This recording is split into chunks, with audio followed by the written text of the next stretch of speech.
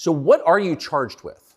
That's a really good question. I'm charged with being the head of an organized criminal group, which is in charge of recruiting girls to make TikTok videos to steal the money from the TikTok views.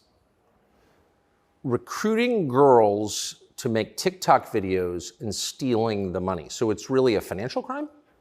It looks that way, and it's very interesting because the girls who they've identified to add to the file are saying that we're not victims of anything and this isn't true. But the state believes it's true, and the state thinks that I, as a 35-year-old man, woke up. I was already extremely financially successful. I was already a father. I was already very well known. I had no financial motivation. I have no criminal record. It's not my personality profile, but I woke up at the age of 35 and decided to make girls do TikTok to enrich myself with the pennies that I would earn from TikTok views. So in the United States, I think the belief is that you were charged with human trafficking. Yeah, that's human trafficking because what you do is you force a girl to work against her will for financial gain. That's human trafficking. And their justification for this is that girls do TikTok. Some girls I know who they've found who say they're not victims have TikTok accounts. How do you force someone to do TikTok videos? I guess the prosecutor is going to have to explain that, isn't he? It's a very interesting scenario I'm in, and I'm inside of Romania, so I have to show a degree of respect to the Romanian judicial system. And I have to show a degree of respect to the situation I'm in. But the overall charge is that there's an organized criminal group. There's a group of us. I'm the head of it. My brother is below me. And we use the lover boy method to convince women to do TikTok videos to make money so that we can steal the TikTok money. So there's just to be clear, you are not accused of pandering, of pimping, of forcing women to have sex with anybody. No, not forcing them to have sex, not restraining their movement, not stopping them from living a full life, but the fact that we are somehow convincing them to have TikTok. Very interesting. I don't think... But there's no actual... I'm asking you this because I do think it's a widespread belief that you were accused of pimping. Yeah, no, that's nothing to do with any of this case. Absolutely nothing. And it's kind of scary because the crime in itself of human trafficking is a unique one because they can ignore the statement of the victim. So the girls have come forward and said, this is insane. You've just picked us because we're near Andrew and we're his friends. But the whole idea of the crime is they can say that she's brainwashed, right? She's under duress. So you can ignore her statement. State says she's a victim regardless of the fact that she says she's not a victim. So it's very interesting because the difference between sex and rape is consent, right? Right. But they remove all of that. They're like, nope, you're a victim. No matter what you say, we're deciding you're a victim. And they've chosen them. And of course, these girls do nothing pornographic. They've never had sex with anyone, nothing to do with that. So they've picked TikTok. So it's scary. Imagine you're a full-grown man anywhere in the world today. They can find two girls who have TikTok on their phone, which is every single female on the planet, and they can accuse you of forcing them to take the TikTok money. And even if the girls say they didn't do that, this isn't true, then you're still a human trafficker. But force, what does that consist of? Forcing someone to do something, are they accusing you of using violence or? No, they're accusing me, and this is the thing, they're accusing me of using the lover boy method, coercing them by being nice. And by the way, these charges presumably are public, so... They're public, and this is extremely serious, but if you actually analyze the overall case against me, they're saying that Andrew and his brother, by being nice men, convinced girls to have TikTok accounts and then take the money. And it's very interesting because inside of the entire case file, there's not a single financial transaction to us for money. What are the penalties? They're extremely severe, 5 to 10 years in jail. And I've already served, coming up now, 7 months in a form of jail. They can only hold So you are essentially incarcerated right now? Absolutely, I'm on house arrest. And that counts as jail. You can only be held 6 months without charge. I was initially picked up, thrown in a cell without charge. And I think the intention of the entire investigation at that point was to find the crime because they had very, very weak evidence. They contacted 2,000 people who know me or knew me. They tried very hard to convince some female somewhere to come forward and say something bad about me. The media machine, which works hands in hands with the justice machine, as you know very well, did exactly that. In fact, they offered bribes effectively. They'd call up ex-girlfriends and say, if you have anything bad to say about Andrew, we can pay you $50,000 for the story. And they tried very hard. They didn't find any evidence of anything. They then released me on house arrest. And then 2 days before the legal limit in which they had to drop everything, they charged me with whatever they had from the beginning, which is very little. And now we have to wait for the Romanian judicial system to analyze the file and God willing, throw it away. How long did you spend in jail? I was in jail for 92 days in a Romanian jail cell. What was that like? It was certainly an interesting experience. I won't lie and say it was easy. It was certainly very difficult. The uncertainty of it. It's a very uncertain situation to be picked up on just before New Year's Eve and thrown in a cell without charge. And I'm asking different prison guards and different prisoners, how long am I going to be here? One prisoner's like, I've been here 2 years. I was like, have you been charged? He goes, yeah, but I haven't gone to court yet. Like, everyone's been there for years. I thought I was going to be there for years. And it certainly takes a mental toll on you. And I think jail is a different experience when you know you're innocent. There was a guy in there for murder. He's like, yeah, I murdered someone, I'm in jail. You can your soul and your mind can accept the punishment for a crime. But when you've actually done nothing wrong, I think jail is a lot harder. Did you know why you were there? Not initially. So for about the first 2 weeks, I never actually got told in English what I was accused of because I was arrested on December 29th. There's New Year's. What were the circumstances of that? Yeah, December 29th, 5 a.m., the armed guards ran in this house. They spent all day searching the entire house. They're very interested in electronics, as most federal agencies are. And then they took me that evening and said, we're going to go and put you in jail for 24 hours. And after 24 hours, you see a judge, and the judge will decide if you stay in jail. And the judge decided I should stay in jail. What did you do? I mean, who'd you call? I had a lawyer, and my lawyer came and he said, we need to analyze the case file. We need to see what they have against you. You're being accused of human trafficking. I was like, human trafficking? That's insane. Who? When? What? I went to jail, and then I was given all this paper in Romanian. I don't speak Romanian, although I live here. And then I was waiting for the translation. So I think it's about 2 weeks before I finally got the papers in English to understand why I was in a jail cell. And then I really understood how insane the accusations were. What is human trafficking? Yeah, so the overall, my understanding of it, they're saying that human trafficking is when you convince a woman to do something she doesn't want to do for financial gain. And there's different methods you can do that. You can do that through force, and you can also do that through emotional coercion. I think most people, just speaking from the American perspective, most people believe that human trafficking is effectively slavery, selling human beings. That's what I believe as well. Absolutely. And this is the thing that's so interesting. When you finally end up the enemy of the matrix and they use the legal system as a weapon to punish you for having an opinion, you realize how subjective the law is, right? Because it can be a weapon. When you have something subjective, you can just pick and choose. So if they sit and say, human trafficking is a woman doing something for financial gain against her will via emotional coercion. Well, he knows these two girls, they have TikTok accounts. Emotional coercion? Convincing her. That's what I'm accused of, because they have no proof of me doing anything wrong. So they said, he's convinced these girls to do TikTok for money. The girls have said this is not true, and the state is denying their statement, saying, no, you're brainwashed, it is true. And I went to jail. So how is the state, so the state is trying to coerce the women, so how is the state not committing human trafficking by the same definition? Well, absolutely, it's very interesting. It's very interesting that you can sit someone down and tell them they're a victim when they say they're not a victim. You're a victim of being coerced, and we're going to try to coerce you into conceding you were coerced. Exactly, it's a very interesting scenario. And okay. Yeah, and it's a very interesting scenario, and it's up until this point, no judge has looked at the evidence of the case. So up until this point, I've been to court a bunch of times. But the only reason I was in court was to discuss my preventative detention. So under Romanian law, if you being free can impede the investigation, you should stay in jail. So the judge agreed that, yeah, maybe if he's free, he can damage this investigation because they're trying very hard to get something on this guy. So I've done a bunch of jail time.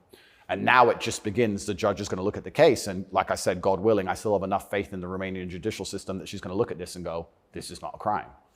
You're aware of the media coverage of this, however. So you're in jail for 90 days or more, and the rest of the world is talking about you. Do you know what they're saying? They're saying very heinous things, and I would hate to come across as a conspiracy theorist, Tucker, but I kind of have a feeling that this might be something to do with my influence and an attempt to slander my name. Perhaps I'm crazy. But the fact that they chose such a heinous crime, and they reported it so heavily, and they won't shut up and keep repeating basically a slander attack day after day after day. Also considering the fact that other people who genuinely commit heinous crimes have far more favorable press coverage. I don't want you to think I'm a conspiracy theorist. Please, Tucker, I would hate for you to come here and call me crazy. Yeah. But something very strange about it, and I think when Jeffrey Epstein's friends call you immoral? Yeah. The goal of it is certainly to slander my name, and I like to see it as a litmus test. I like to see it as an intelligence test. Anybody who wakes up and looks at me and goes, he's a human trafficker because of TikTok, they're fully gone. So, but from the West, just to defend the average news consumer in the West. Sure. Andrew Tate, kind of an outlaw. Yep. Lives in some palace in Romania, wherever that is. Yep. And Romania sounds like the kind of place where human trafficking is like the main industry. A lot of it happens here. That's what's so crazy about it, right? What's so crazy is if they really wanted to find a human trafficker, I think they could probably do it quite easily. But they managed to get me. That's certainly the perception. But it's one of those charges that kind of sells itself. Oh, absolutely. And it doesn't matter if you're found guilty or not, right? You're a human trafficker forever. And but I do think that public consciousness is changing. I think with things like there's been some very large court cases recently involving some very famous people in which women were caught lying, trying to slander men's names for rape and these kinds of things. And I don't think people believe it anymore. But that scares me to a degree because I think that the typical weapon, the standardized playbook is now failing, and I don't know what the new playbook's going to be. It's almost like better the devil you know. You're too famous, you're too successful, we don't like you. Call him a rapist or a human trafficker, put him all over the news, slander his name, try and wreck his life. Now that nobody believes it, what's the next move? What are they going to try next? Wouldn't it just have been easier to commit like a massive financial crime and defraud people of billions, come up with like a fake cryptocurrency, call it like, I don't know, FTX, or just give a name to it. Something random. Steal billions and get your parents involved and buy a bunch of real estate in the Bahamas, and then like you'd be sort of a hero, right? Oh, absolutely. And I would have certainly made a lot more money than TikTok, because I don't think TikTok even pays you for views. And if it certainly does, I never got a single transaction from it. So it's a very interesting scenario. But if I was accused of a financial crime, my name would not be slandered. So of course. Well, of course not. You have the presumption of innocence. So just back to the jail thing. So you're in with your brother. At the beginning, I was not, but towards the end, I was, yeah. What did you do all day? It's a good question. I looked at the wall, stared at the wall, smoked cigarettes, lots of push-ups, read the Quran. You smoked cigarettes, did push-ups, and read the Quran. Basically, yes. And certainly had some introspective moments. Tried my best to get out, tried my best to via my small phone calls, understand what's happening in the outside world. Tried to make sure that the people I love and care about are taken care of, because I'm the man of my family, and I'm also the man of quite a large, I wouldn't say empire, but life. And there's a whole lot of people who rely on me. You have staff and families, you have children and families. I know the feeling, yeah. So when you're plucked from that, it's kind of strange. You're in jail and you're concerned for yourself, but your primary concerns are also all your duties as a man. I have duties as a man. I don't want children to starve. You've got a whole tribe. I've got people to pay. So it was very, very frustrating, constantly trying to make sure everybody else was okay and feeling helpless. That's what hurt me the most. I was trying to make sure everybody I love and care about was fine, and I wasn't as powerful as I should have been. And that was very upsetting. And especially if they were going to keep me there for years, I was having serious concerns about how I can feed the people I love. Did you ever come to the edge at all? No, I certainly had some days I was less happy than others, but I made sure that my mindset was built in a way that I could always be doing something constructive. And also, I think you get what you give in life. And if I ever felt particularly sad on a day, I would try very hard to make other people happy, because if I made other people smile, I'd feel better. So even the dinner ladies or the prison guards, I'd try very hard just to make people smile. I know it sounds silly. Some of the prison guards were more open than others, but there was a couple prison guards who were ice cold, who didn't want to say a word to me. And I'm like, hey, bro, your hair looks amazing. And he just stare at me like he wants, shut up. But I just try my best to cheer people up, to cheer myself up. And as a man, all you can do is just find the resolve to continue doing the best you can in the current circumstance. So, what were the other prisoners like? I don't want to insult Romania in any way, and I love this country and I chose to live here. But if I had to describe it for the people, for an American audience to understand, I don't think Romania and a lot of these countries have the same kind of mental health setup or the mental health support that a lot of Western nations have. So you end up in jail. Ooh. So I think there was a lot of mental health problems inside the jail. So it was very similar.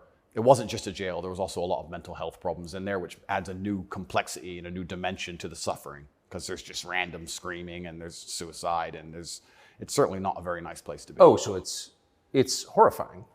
Yeah, I don't want to go back. you hear the phrase Romanian prison, and it sounds tough. So it was what you would imagine. It is, and when this process is over, there's a lot more I will say, but I will say the staff were very nice to me, and I want to make this clear. I want to make it very clear that all the staff in the jail were very professional and very nice to me. I would almost say that they believed I was innocent and they understood that I didn't belong there. There was a semi-apologetic vibe to the way I was treated by the guards, if that makes sense. Yes. They understood very well. I don't think anybody, like I said, with a functioning brain believes that me at the age of 35 decided to steal TikTok money and ruin my entire life without financial motivation to girls who say they're not victims of anything. I don't think anybody with a brain. Well, the fact that you're not accused of a sex crime or of violence, which I think most people don't really understand. Yep. And they can look it up. Yep. I mean, but you're not actually accused of Correct. rape, Correct. selling anyone, Correct. pimping. Correct. Okay.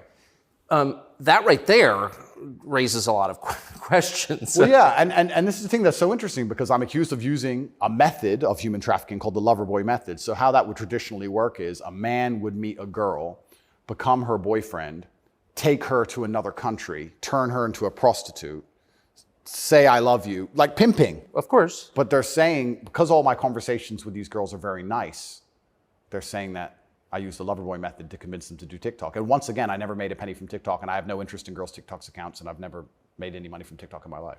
So that raises the question. So that right there, I think, I mean, we can let people assess. I'm not, an expert on the Romanian legal code, but that's kind of not the impression that most people have. Okay? And that's the media who have made that the media have tried very hard to do that. And if I had to estimate, I think that the overall intention was just to throw me in a cell, use the media machine to drum up something real. I think that's what the goal was. So, but what's and I believe that.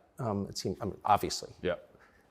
One thing, I've never been to Romania before, and one thing I'm struck by is the American presence here. Oh, it's massive. Fully understand that. So there are 3 NATO bases here now. They're bustling because of the war in Ukraine. Yep. One's on the Black Sea, Yep. right below Crimea. So this is strategically important, this country, to NATO.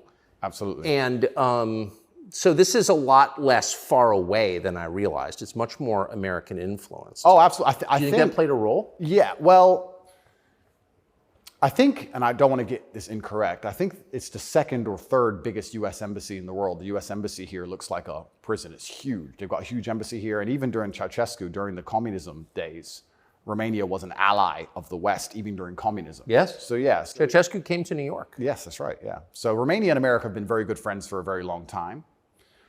I have to be careful what I say, but it's certainly very interesting what's happened to me. The American embassy were not particularly helpful, let's put it that way. They weren't very interested in me being locked up without charge. They didn't seem very interested in getting me out. But you're an American citizen. Absolutely. And so you're an American passport holder. correct. So I think the average American believes, perhaps falsely, that if you are accused of a crime in a foreign country, particularly a less developed country like Romania, you go to the U.S. Embassy and someone takes an interest in your case just to make sure that your treatment falls within, accepted standards of justice. Yeah, they came to see me, but when I was asking them what they can actually do about all of this, they weren't particularly helpful. I don't want to peddle conspiracy theories, and I've heard a lot of information, etc. But I wouldn't say they sanctioned it. I don't know if they had to sanction it, but they weren't particularly interested in getting me out. But at least they came to see me more than once. I mean, they kind of pretended to care. The UK embassy didn't even pretend to care. The UK embassy was, I really think they enjoyed it. They didn't. And you're a British subject as well? Correct. And this is the kind of thing, and I want to say this here, that's kind of frustrating for me because Romania is my home now for 7 years, but I'm half British, half American originally. And when something like this happens to you, you have this longing for home. You kind of want to go home. When you end up in a jail in a country where, even though you've lived for a long time, you don't speak the language, you don't understand the legal system, going to court in a foreign language is far more intimidating than in your own language. I can't even imagine. You don't have a clue what's being said. You don't understand how anything works. And then you kind of have this longing for home, but I feel like my home countries hate me, and they hate me because of my message, which I believe to be a positive message. So you kind of have this strange feeling of homelessness, because it's like, well, if I go to the UK, I believe they're going to attack me the same. If I go to America, I believe they're going to attack me the same. So where do you go? It's kind of scary. Where do you go? It's a good question. We're going to have to see. How did you wind up here? I moved to Romania. I came to visit a long time ago, before anybody ever visited Romania. I came to visit and I genuinely fell in love with the place. It truly is a fantastic country. I love nature, as an amazing nature. It's a very safe place. It has this reputation of being dangerous. It's not dangerous. It's very safe. The people are very good. The people are very conservative traditionally. It's almost like America was 20, 30 years ago. It's gorgeous. They have a bunch of nice restaurants and plenty of things to do, and I've never had a problem here in any way. Never had any issue with the law or with the other side, criminals, nothing, until this came out of nowhere. So it's been very strange. So what is it about your message, do you think, that infuriates certain people? Well, my message is traditional masculinity. My message is to stand up and say what you mean and mean what you say. And even going to the gym nowadays is an act of defiance, because when you have a man who's built with any degree of principle, you say no to things. And I think if I have to analyze my message and why I'm so disliked by the people who dislike me, it's not the things I'm saying, it's the fact that if you adhere to my principles and you adhere to the things I say, you end up being the kind of person who will resist certain ideas. You say no. What kind of man never says no? Name a man who never says no. Men say no, right? Men wake up and say, no, I don't think that should be done this way. No, my children will not be taught that. It's no. the father's primary job. Absolutely. So when you say to men, listen, you're allowed to have an opinion. You're allowed to have standards. You're allowed to have boundaries and barriers. You're allowed to get up and become important and work hard and try hard and become the kind of man who can't be controlled. Then you're seen as an enemy. And I, especially with the massive influence I've gained, I think they look at me and go, he's helping men resist the slave programming. We don't need him around. We need to empty their brains so we can inject the slave programming and convince men to be eunuchs. Because once you're eunuched, then you're not a threat. I think I buy that. Because your message, I'm not the world's expert on your message, but I've seen a lot of it, and it's not explicitly political, actually. No, it's not political at all.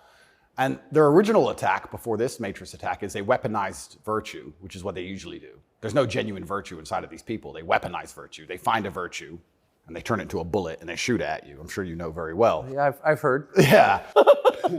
I was a misogynist for the longest time just for saying that men should have standards.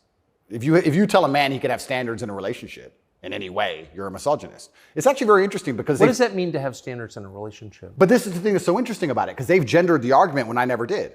I said as a man, you shouldn't have a girlfriend who is a liar and a cheater, and you also shouldn't have male friends who are liars and cheaters. You shouldn't be around dishonest people, yes, male or female. Amen. And Amen. they gendered it and said, he's a misogynist. He's saying that men should only act this way with women, etc. I said that men should have standards, and you should have protocols that you're prepared to accept, and you should have hard parameters. And if a woman doesn't want to adhere to those parameters, that's her decision, and it's her prerogative, but you don't have to stay with her. Why should you? What's wrong with that? Well, that's teaching men to say no. They don't want men to say no. So are you arguing that it's better to be with a virtuous woman? I think so, yes. I know that's crazy. No, I'm serious. I mean, that seems I like am, Tucker. I don't want to. That seems like good advice. I don't want to come across as extreme. But yes, I am. And what's actually funny is I really believe most of the things I'm saying were accepted by absolutely everybody 15 years ago, 10 years ago. And now it's public enemy number one. And it's because of the mass influence I have. At one point, I became the most Googled man on earth. At one point.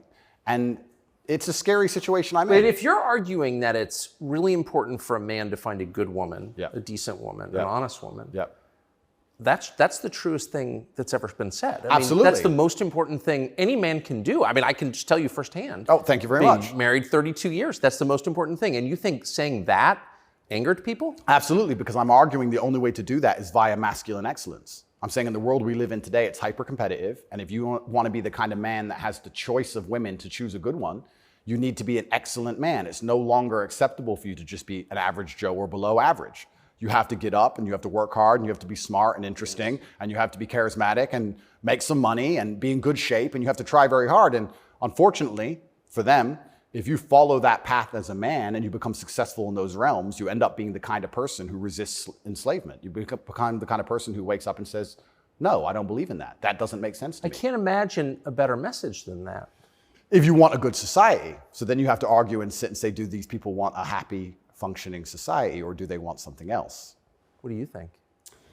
I think that I would never kill myself. And I also... Just throwing that out there? And I also think that when you want to conquer a society, you kill the military-age males. That's what you do. That's the first thing they've ever done. They walk in and all the men have to have their throats cut. They can't perhaps do that, but they can certainly cut your balls off, and then you can't resist. And I think there's certainly a movement to ensure that there's very little resistance left inside of the number one demographic which is required to resist oppression, which are military-age males. And they don't want those kind of people waking up with any kind of self-respect or standards, or to say, no, I don't accept this. I do not need a 9th injection. They don't want that. They want you to sit and say, I don't need it, but the news said so, so oh well. So in the one interview that you and I did, you had a line that I've been thinking about ever since. I thought it was so interesting. I never thought of it before. You said that a lot of people went along with the vax, Yep. and that you didn't judge them because facts change. But now that we know that a lot of what we were told was wrong and some of it was a lie, it is a requirement of your own dignity, of your own self-respect to say so. Completely. And people should apologize. I really do believe. And I have nothing against the people who fell for the propaganda, fell for the programming, and took the vaccine. Yes, I agree. Fine. But you should wake up and say, I was fooled. I've learned my lesson. I will not be fooled again. But if you were fooled by the MSM and took the injection, and you continue to be fooled, and you've not self-reflected, and you've not realized that they lied to you the entire way, and you now believe the new bunch of lies that are all over the television, then there's something wrong with you. Or you don't care that you were lied to. You don't care that you were lied to, because I think a lot of this is actually genuinely cowardice. I think it's a very easy worldview. The life is easier if you accept the news tells the truth. Yes. Everything they want me to believe is true. Everything's nice and simple. Good guys, bad guys, doop-de-doop-de-doo. And if you want to actually wake up, it takes a degree of bravery, because then you have to destroy your entire worldview, everything you've ever understood and everything you're told, and you have to really look at the world and go, oh, this is a mess. And that takes bravery. And once again, that's why they don't want men to be brave. They want you to sit there and go, oh, it's easier if just, CNN said, so it must be true. And it's cowardice. And they're trying to instill cowardice in all of us. That's what they're trying very hard to do. And I think even just me as a person, the people who hate me, my detractors who dislike me so much, even if I say nothing, I just turn up, big, bald, strong, fast car. It's just me. I'm like the enemy to them, because I symbolize men who don't comply. And not don't comply in a negative law-breaking way, but don't comply if we don't agree with that, or we don't see common sense in that, we're going to politely decline. And that's simply not allowed. What's it like to have the prospect of prison hanging over you? I think that I like to believe that this is a test from God. I like to believe that if you become the most Googled man in the world for saying that you have mental resilience, that God is going to make sure you don't have that degree of fame without testing you. I like to believe that God comes along and says, yes, I've allowed you to become the top G. We're going to see if you really are the top G. I believe that's how the world works. It's certainly intimidating, especially knowing you're completely innocent. But I believe it's a test, and I believe it's my job to pass the test for my ancestors and for people watching over me and for God. And I think I have to do the absolute best I can possibly do in the scenario and the circumstance, regardless of whether I win or lose. I still believe I'm going to win, because I've seen the case file and I've seen that no laws have been broken. But even in the very unfortunate circumstance that this matrix attack goes deep enough to throw me into a jail cell, I think I should handle it like a man. I think I should stay and finish the process, and I should walk with my head held high and suffer as much as I need to suffer to stick by my convictions and know that I'm an innocent person. And I refuse to break. I refuse to cry. I refuse to be depressed about it. I'm going to wake up and I'm going to smile regardless. And regardless of what happens to me, I want everyone to know that, one, I would never kill myself. And two, I think that as a man, there's always going to be a degree of pain and suffering in your journey. I don't think you're ever going to become a successful man or be good at being a man without pain and suffering. And there's many times in my life where something terrible happened to me, and at the time, if I could change it, I would have. But retrospectively, you kind of look back and go, you know what, that was formulative for me. That's right. That is what God decided I needed to become who I became. So all of the pain and all the suffering I've ever gone through in my life ended up, in the end, building me into the person I am, and I'm proud of who I am. So if God decides I need to go back to a Romanian dungeon for however many days, then all I can do is accept it and accept his plan and accept that it's going to make me a better person and so deal with you it. see the hand of God in your life?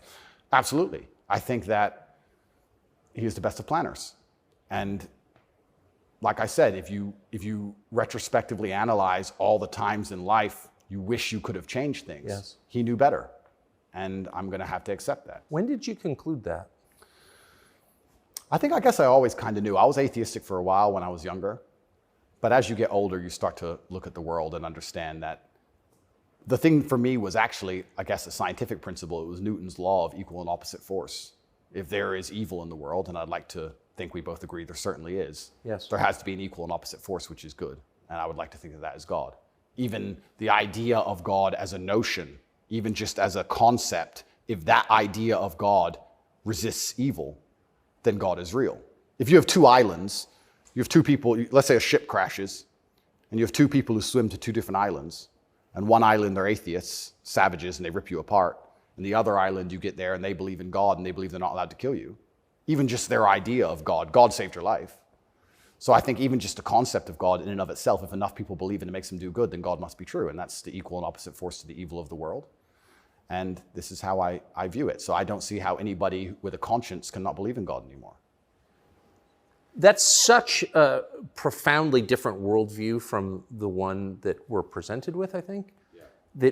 Do you think that's maybe the division in the West between people who see those forces at work and those who don't? I think the West is actually split between people who think and people who don't think at all.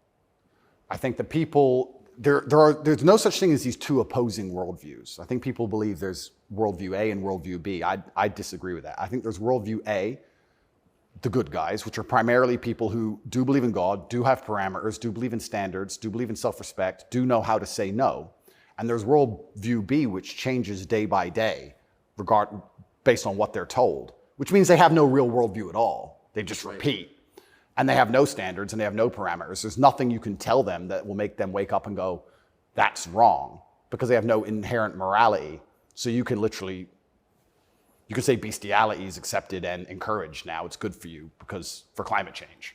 And they'll sit there and go, oh, for climate change, oh, well, off we go. And they'll just do it. So I think you have a camp of people who think, and you have a camp of people who repeat. And I don't think there's actually the opposing side to the good, I don't think function as a thinking populace at all. I think they simply repeat. It feels like the conflict between those two groups is getting more intense. It's certainly getting more intense. And it was interesting for me because, and I want to be an optimist, but I lost so much faith in humanity during COVID. If you would have told me how COVID would have gone down before COVID, I'd say no way. We're not that bad. I thought the people aren't that dumb. But when I experienced COVID, it's actually scary. You see how the Nazis managed to do what they did. You see how they managed to put people in concentration camps. You see it. And I had a very unique view of COVID because in the first days of COVID, when people were falling over in China and the Italian hospitals were overrun, at the height of the panic, when most people believed, because it was the very beginning, early stages, my brother and I had a very logical conversation and said, we're two military-aged men in very good physical condition. If we die of this, the world's over. If it can kill us, it's zombie apocalypse. So why are we going to live in fear? So we found the only two countries that were open, which were Sweden and Belarus. We had just been to Belarus. This is before the Ukraine war. We'd just been there. We decided to try Sweden. So for the first 3 months of COVID, during the height of lockdowns, when Florida was closed, when it was absolute... I remember. Yeah, when it was the craziest lockdowns globally, me and Tristan are in Sweden in absolute freedom. They had no restrictions, no masks, no vaccine passports, no social distancing, nightclubs are full, restaurants are open, perfectly complete normal society. Nobody talks about this anymore. Nobody talks about, wait, Sweden never did a thing. Everything functioned perfectly fine the entire time. And they don't have it, where's their illness of their winter of severe illness and death? Yes. They never had one. It's a cold country, never had one. So we were living in Sweden, living completely normal lives, seeing the internet and seeing this insanity, and we're like, well, surely if we just put up a few videos of us partying in Sweden in nightclubs, this will wake people up. People ignored their own eyes. That's the scariest thing about everything, is that they can get to a level where, with the media machine, where people will genuinely ignore their own eyes. I don't understand how you can get people so brainwashed that they will see that the sky is blue, and then they'll watch that the sky is green, and then they'll look at it again and go, the sky's green. It's crazy to me, but COVID proves they can do that. And that's why the war is getting so intense, because the principled people are saying, how can you still believe in the things that you're saying? Here is all the logical, empirical evidence that that is a lie. But these people are ideologically brainwashed, and they don't want to take enough. They don't have the bravery it takes to wake up and accept that they're being lied to. So they'd rather just, to the end of time, repeat what they're told. And it becomes more and more intense as it becomes more and more ridiculous. That's so scary. As it becomes more and more ridiculous, the more intense both sides get. Yes. Right? So what the future holds, I'm not entirely sure. But I like to believe, even my current charges, I found solace when I was in jail, that the thinking people are looking at this going, something about this doesn't seem right. Well, I mean, it is a little bracing. I mean, when I discovered, I was sympathetic to you already. Yeah. But, a man's accused of human trafficking. It's worth finding out what he's accused of. Sure. And when I discovered that there was no actual human trafficking charge, that's not actually human trafficking. I don't care what you call it. Yep. You weren't buying it, even accused of buying and selling anyone. Then the next conclusion you inevitably reach is they don't like the guy. They don't like his views. It's fine. They're going to send him to jail for that. Yep. That does seem like an escalation.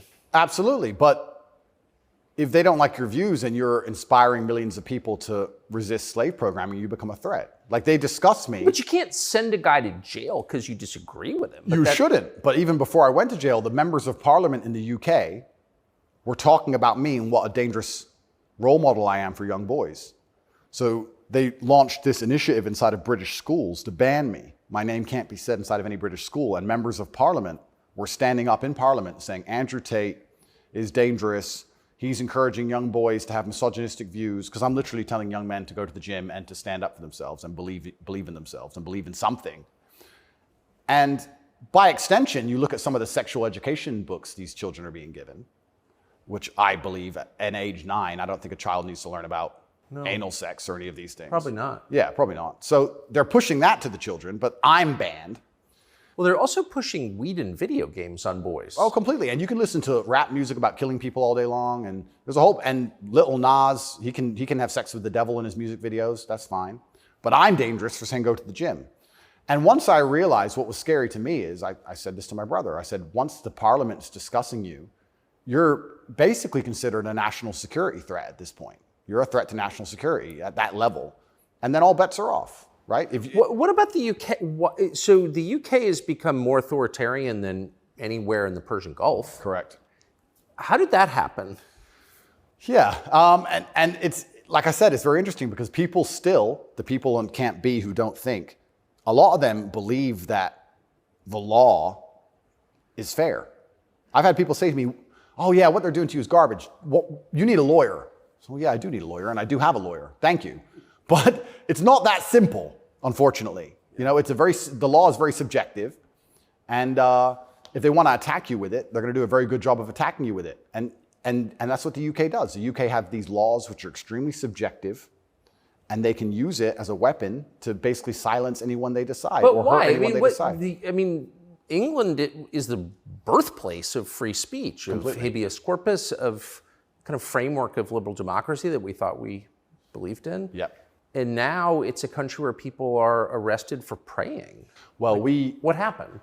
Good question. And there's a saying that I heard, and I don't know who said it, but he said that a sick country adopts laws like a dying man will try medicine. And I think that the UK is failing in real time.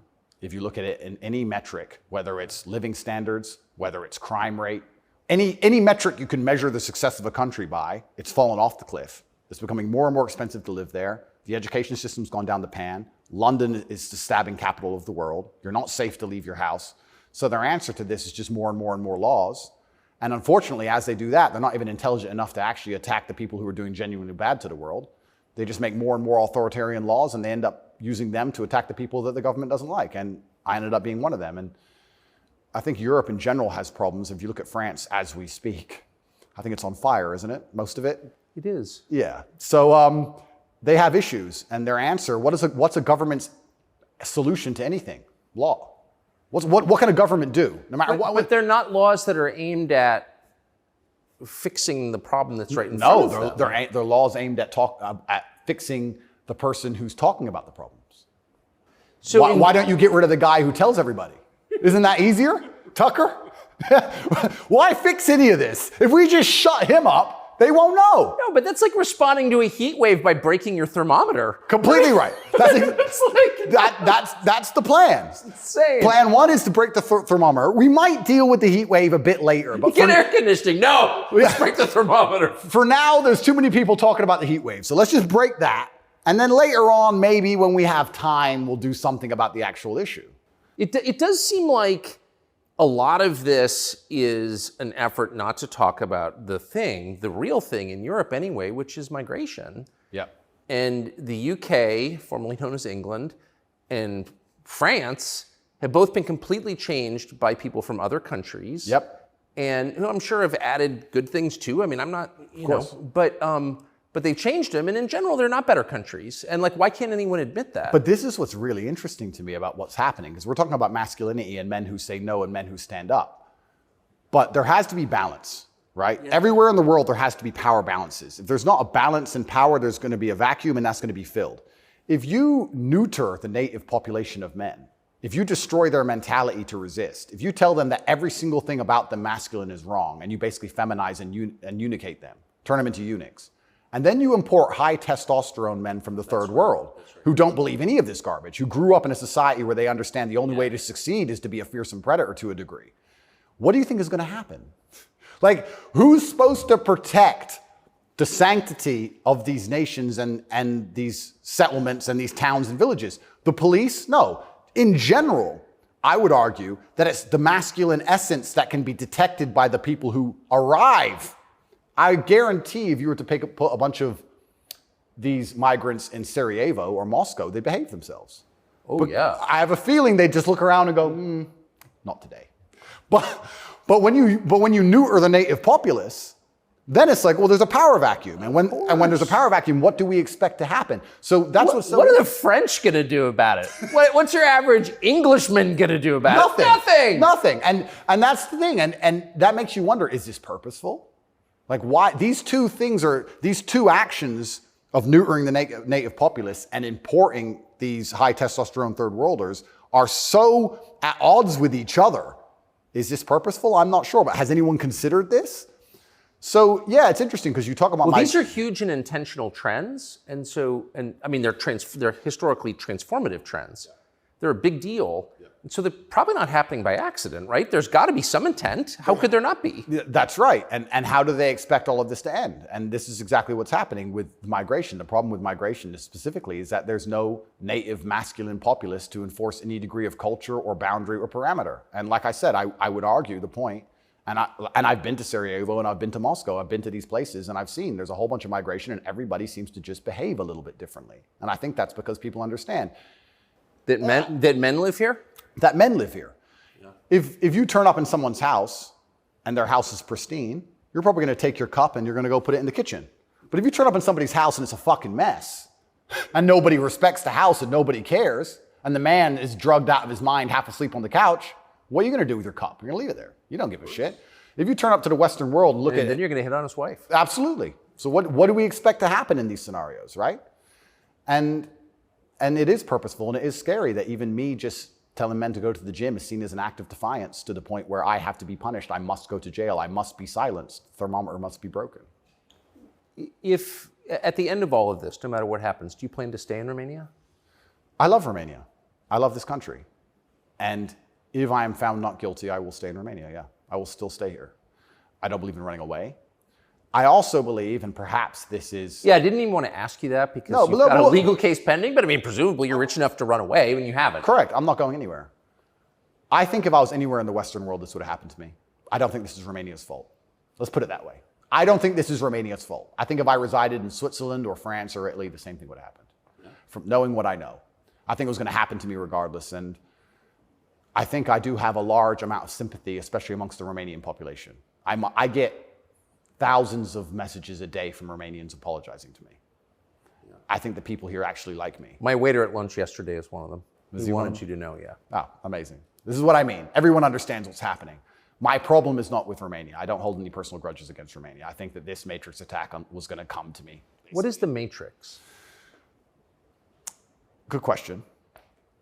I guess some Americans call it the deep state, but I like to look at it in a more global way. When I say the Matrix, I think there are certain agendas which are being pushed I think the media machine and the judicial systems of the world work together hand in hand. I think the goal is to control people's minds to a point where they don't discuss anything that's important. The reason I use The Matrix is because I've watched that movie a few times and it has so many similarities to the... Have you seen the movie? No. You've never seen the movie The Matrix? No, I don't watch any movie.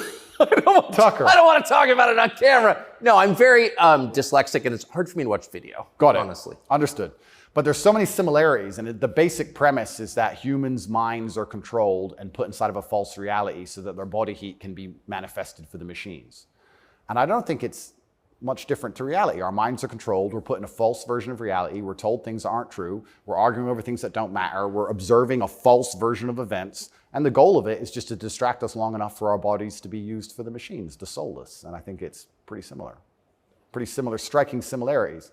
And even then, there's a bunch of other similarities which are difficult for me to explain. You haven't watched the movie, but there are agents inside of the Matrix, and the idea of the agent, the purpose of the agent is to make sure that nobody understands how the Matrix really works and to wake anybody's mind up. They want to keep you asleep. And any person can become an agent at any time. If they're not unplugged, if their mind is not free, they can become an agent, and their job is to keep you asleep. And you see agents all the time. COVID awoken me to agents. When I would sit and talk to somebody and they seemed perfectly rational and normal, until I mentioned COVID, and then they'd fully change. No, it's dangerous. No, what do you mean? What do you mean? Are you crazy? My grandma got sick. And they became an agent instantly and started repeating the news to me. And I was like, your grandma got sick. How old is she? 97? Interesting. Oh, I better lock myself in my house then. Dumbass. So agents exist and the Matrix exists, and I think most people's version of the world is a false one. The idea and the world that most people have in their mind and how society functions and how all these things function, I genuinely believe is completely false. I think they've all been lied to. I don't think anybody understands how any of the world works. And I try and use some very simple analogies to wake people up. I said to one of my friends once, I said, if me and you could play video games for $10,000 and you could cheat, would you cheat? He goes, well, no. I was like, if I was whooping your ass and it was 10 grand a game and you could cheat, would you cheat? He goes, yeah. I was like, all right, so you accept that people cheat to win in a video game for a menial amount of money. You think they're not going to cheat for something that matters? Yeah. I think they're not going to cheat for something important? You understand what I'm saying? Oh, yeah. Yeah. So how about to get the most important job in the world, President of the United States? I would never kill myself. I mean, people kill each other over insurance fraud. You don't think, right? Yeah. Yeah. So when you actually understand how the world really works, you know what was really interesting? I remember there was this big military coup in, was it Myanmar or Burma? One of these, there was a big military coup like a year ago or something. And nobody really cared. They mentioned it on the news a little bit. And I looked at it and I looked into it. And they were talking about how the two political parties were almost 50-50. And then in the 90s, something changed. And now one political party just smokes the other one. And the military took over to restore democracy and all this stuff. It was very interesting, the voting machines they used. Really interesting, something to look into. A lot of countries like that. Philippines, also true. Why do you think support for the war in Ukraine, support for Ukraine's side in the war against Russia, support for a war against Russia in the West, is kind of the bottom line issue for the people who run the US government and for the American media? Why? I mean, I guess you could argue about it, but there isn't an argument about it in the United States. There's a position, and anyone who doesn't hold it is attacked and punished. Why? Why is that so important? Well, the first thing I think we should all do is I think we should all give Putin credit for curing COVID, right?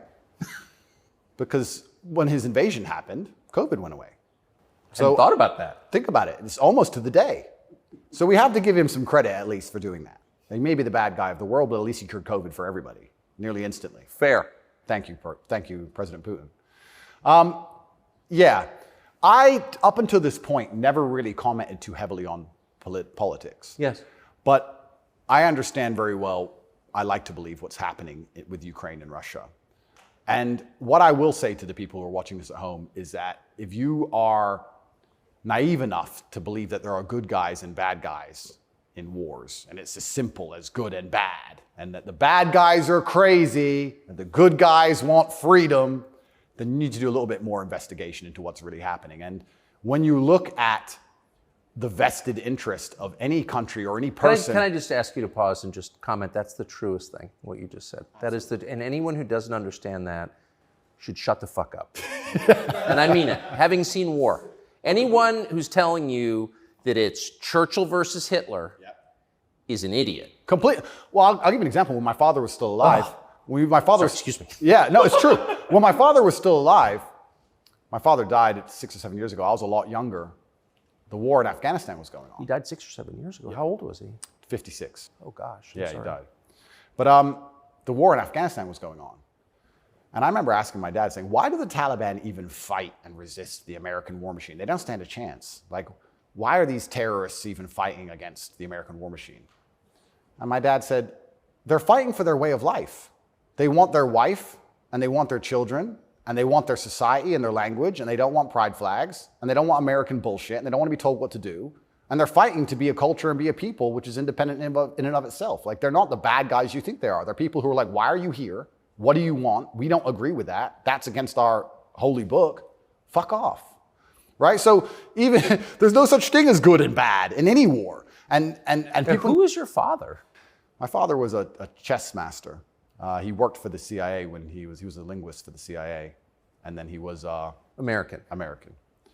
He was discharged, and for a story I won't tell, but he was a chess master, and it's very interesting. I encourage people to look at his Twitter. He still has Twitter at Tate Terrific, and everything he was talking about 11 years ago is so important now. 11 years ago, no one cared about. We had the Donbass in 2014. People cared. Yes. People cared a bit, but he predicted the future. You want to see how chess players can see the future? Read his Twitter. Everything from LGBTQ, why they need your kids because they can't have their own, to the war that's coming and how Europe's going to have an energy crisis, to the letter. It's all on his Twitter. It's amazing to read. It's like you could tell the future. 10 years ago, no one talked about any of this stuff. Did he live in the U.S.? Yes. Yeah, he lived in America. Fascinating. Yeah, it's crazy. But he was telling me about a lot of this stuff even when I was a lot younger. And as we said, there's no good guys and bad guys.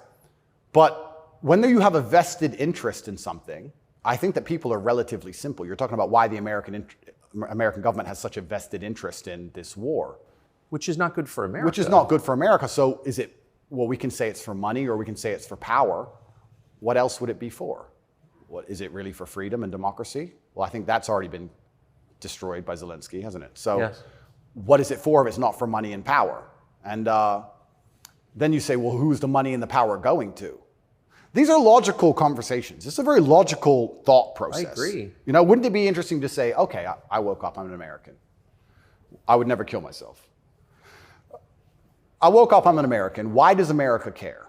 Well, I guess it's for money or power. There's no other reason. Okay, well, America wants to be a rich, powerful country. That's fine. Is the money and power going to America, or is it going to a select few individuals? Are those select individuals interested in me and my life? Do they care about benefiting me? Do I need to support the power grab of these select few individuals? Is that going to be a smart move for me to make, for me to have the best possible human experience? Like, this is a very logical thought process. Yes.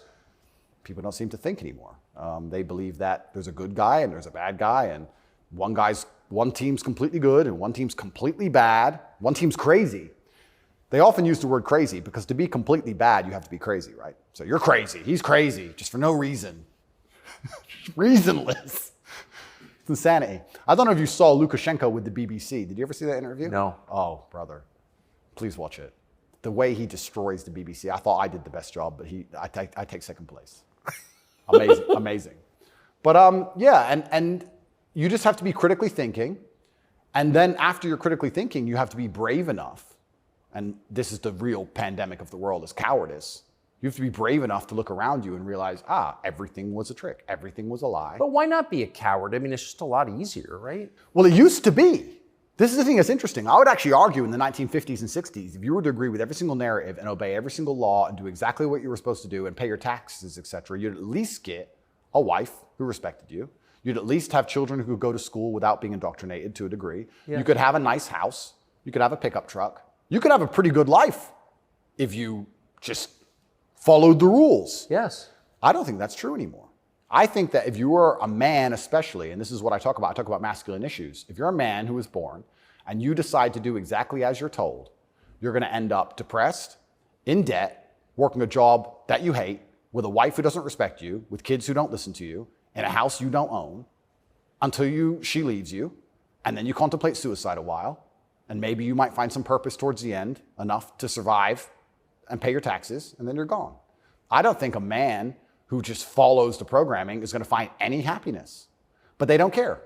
Why would they? They have no interest in masculine happiness. This is another thing that's very interesting. They talk about men's mental health all the time, especially in the UK. I'm not sure about America, but in the UK, they have this big drive for men's mental health, saying that men commit more suicides. A lot more. Because it's hard to be a man. We commit more suicides, we're more depressed, we have all these mental health problems. I come along, I genuinely get thousands of emails a day saying I'm helping men's mental health, but no, you can't help it the way Andrew wants. You can't tell them to go to the gym and stand up for themselves and have pride. What kind of man is going to have a solid mentality and not have mental health issues if he has no pride? That's part of being a man. Part of being a man is proud of yourself. If you wake up and you're not proud of who you are and how you look and the things you say, how are you ever going to have a solid mentality? So when I teach things that genuinely help men's mental health, that's outlawed. No, you're not allowed to do that. Instead, you have to take our version, which is to pretend to care about men's mental health, but not give a shit. Give them a life they know they're not going to enjoy, pay taxes, and die. And men are the backbone and medicate them. And medicate them. Medicate them long enough to keep working. The same way as we medicate farm animals. Just a bunch of injections. Yeah, just keep them alive long enough to get the milk. Milk's gone. Chop the head off. Boom. They need to put you in prison. They're trying. Yeah. I can see why. They're trying. And it's scary. A lot of people, but then what do? Do I just shut up? No. You don't think so? No, you can't shut up. I mean, because in the end, your self-respect, your dignity is the only thing. That's right. And this is what people don't understand. People say, Andrew, why are you fighting this war? And they don't understand that war is certain. You either fight war against injustice and you fight war against the things you know that are wrong and you feel good inside of yourself, or you accept the slave programming and fight a war with your own mind. You have to fight something. Yes. I can shut up and believe what I'm told in the news, but then I won't. Why am I so unhappy all the time? Why am I depressed? Why does my life suck? Why does my woman ignore me? Why do my children not respect me? You're fighting a war, then you're fighting a war with your own mind. I'd rather have all of me on side and fight against what I know is genuinely evil. You can't escape the battle. The battle's here for all of us. So I've made my decision, and that's why I can't be quiet, because you just said I would lose my self-respect, and I'd lose my dignity, and I don't think I can function that way as a man. And I don't think any man should be able to function without self-respect and dignity. The reason men died on the Titanic was for self-respect and dignity. They went into the icy cold water and died because they would feel honorless if they jumped on the boat and left the women to die. That's right. So when you have self-respect and dignity, you have a hard parameter, and you'll do things that which are deemed crazy or insane because you believe in them and you stick up for yourself. And that's why they don't want men to have self-respect and dignity. Rather be a free man in your grave. Absolutely. So I can't be quiet, and I'm going to say what I believe is true. And I genuinely believe I'm helping the world. I think that any young man who is a follower of mine, I will argue there's no influencer on the planet besides me who is genuinely benefiting their life. I know you're not big on the internet. I look at these other streamers and these other influencers. They play video games all day. They smoke weed on stream. They talk garbage. It's a bunch of drama back and forth like girls. I'm the only influencer or streamer who's genuinely talking about making money, because you need to have money to escape the matrix. It's very hard to resist enslavement when you have to pay the bills. Getting physically strong, because a strong body is a strong mind. Standing up for yourself. Self-motivation. All these things. I'm talking about genuinely positive things. Very few people are. And I think that is an extremely important message that needs to be told. And I'm not going to stop doing it, because I know I'm genuinely helping the world. And they're going to try and punish me for it for the rest of my life. I think this is just beginning. And I think when I beat this case, which I believe I will beat, I think something else is going to come. And it's kind of scary, because I am a little bit afraid and a little bit intimidated by the incompetence of my enemy, because their standardized playbook is now failing in real time. The standardized playbook is the media attack, the lie, and it's not working anymore. And it got me a little bit worried about what the next move is. You used to just be able to lie about a guy all over the news and you win, right? But now it's like, shut up. So now what? I don't know. And that's what's kind of scary in my scenario, because nobody's going to believe any of the crap they print about me. Nobody believes it. Nobody believes it. Whenever I do an interview with the Matrix media, nobody believes. They have to turn the comments off, because everyone in the comments are just ripping them apart. Well, you do seem very sad on the verge of killing yourself, are you? Absolutely not, really not. I never would. And that's what You said that. I know. I have to keep saying it. I have to keep saying it because it's scary, right? But I believe you get 3 lives. I think they cancel you initially. And then when that fails, they try and put you in jail without a reason. And if that fails, there's only one option left after that. That's right. So I'm in a very scary scenario. But I guess the same as the men on the Titanic just couldn't get on the lifeboat. I just can't stop saying what I believe to be true. If a young man comes to me and says he's depressed, I'm going to tell him how to become a kind of man who's proud of himself. And if that makes him the kind of person that resists slave programming, I'm always going to be public enemy number 1. You've said depression isn't real, or it's not, as the way we describe depression isn't accurate. What do you think of depression? When I say depression isn't real, that really upset the world, especially the liberals, because they all live on medication, right? When I say depression isn't real, I'm saying that because I don't believe in things that can take away power from me. If I believed in depression, I would have been depressed in jail. But I can't be depressed if I don't believe in it. If you don't believe in ghosts, how can you be haunted? You have 2 people in a haunted house. One believes in ghosts, one doesn't. There's a knock in the night. One wakes up, calls an exorcist, is terrified, looks for a ghost. The other guy doesn't believe in ghosts. Knock in the night, goes back to sleep. It's the belief in the ghost that gives it the power.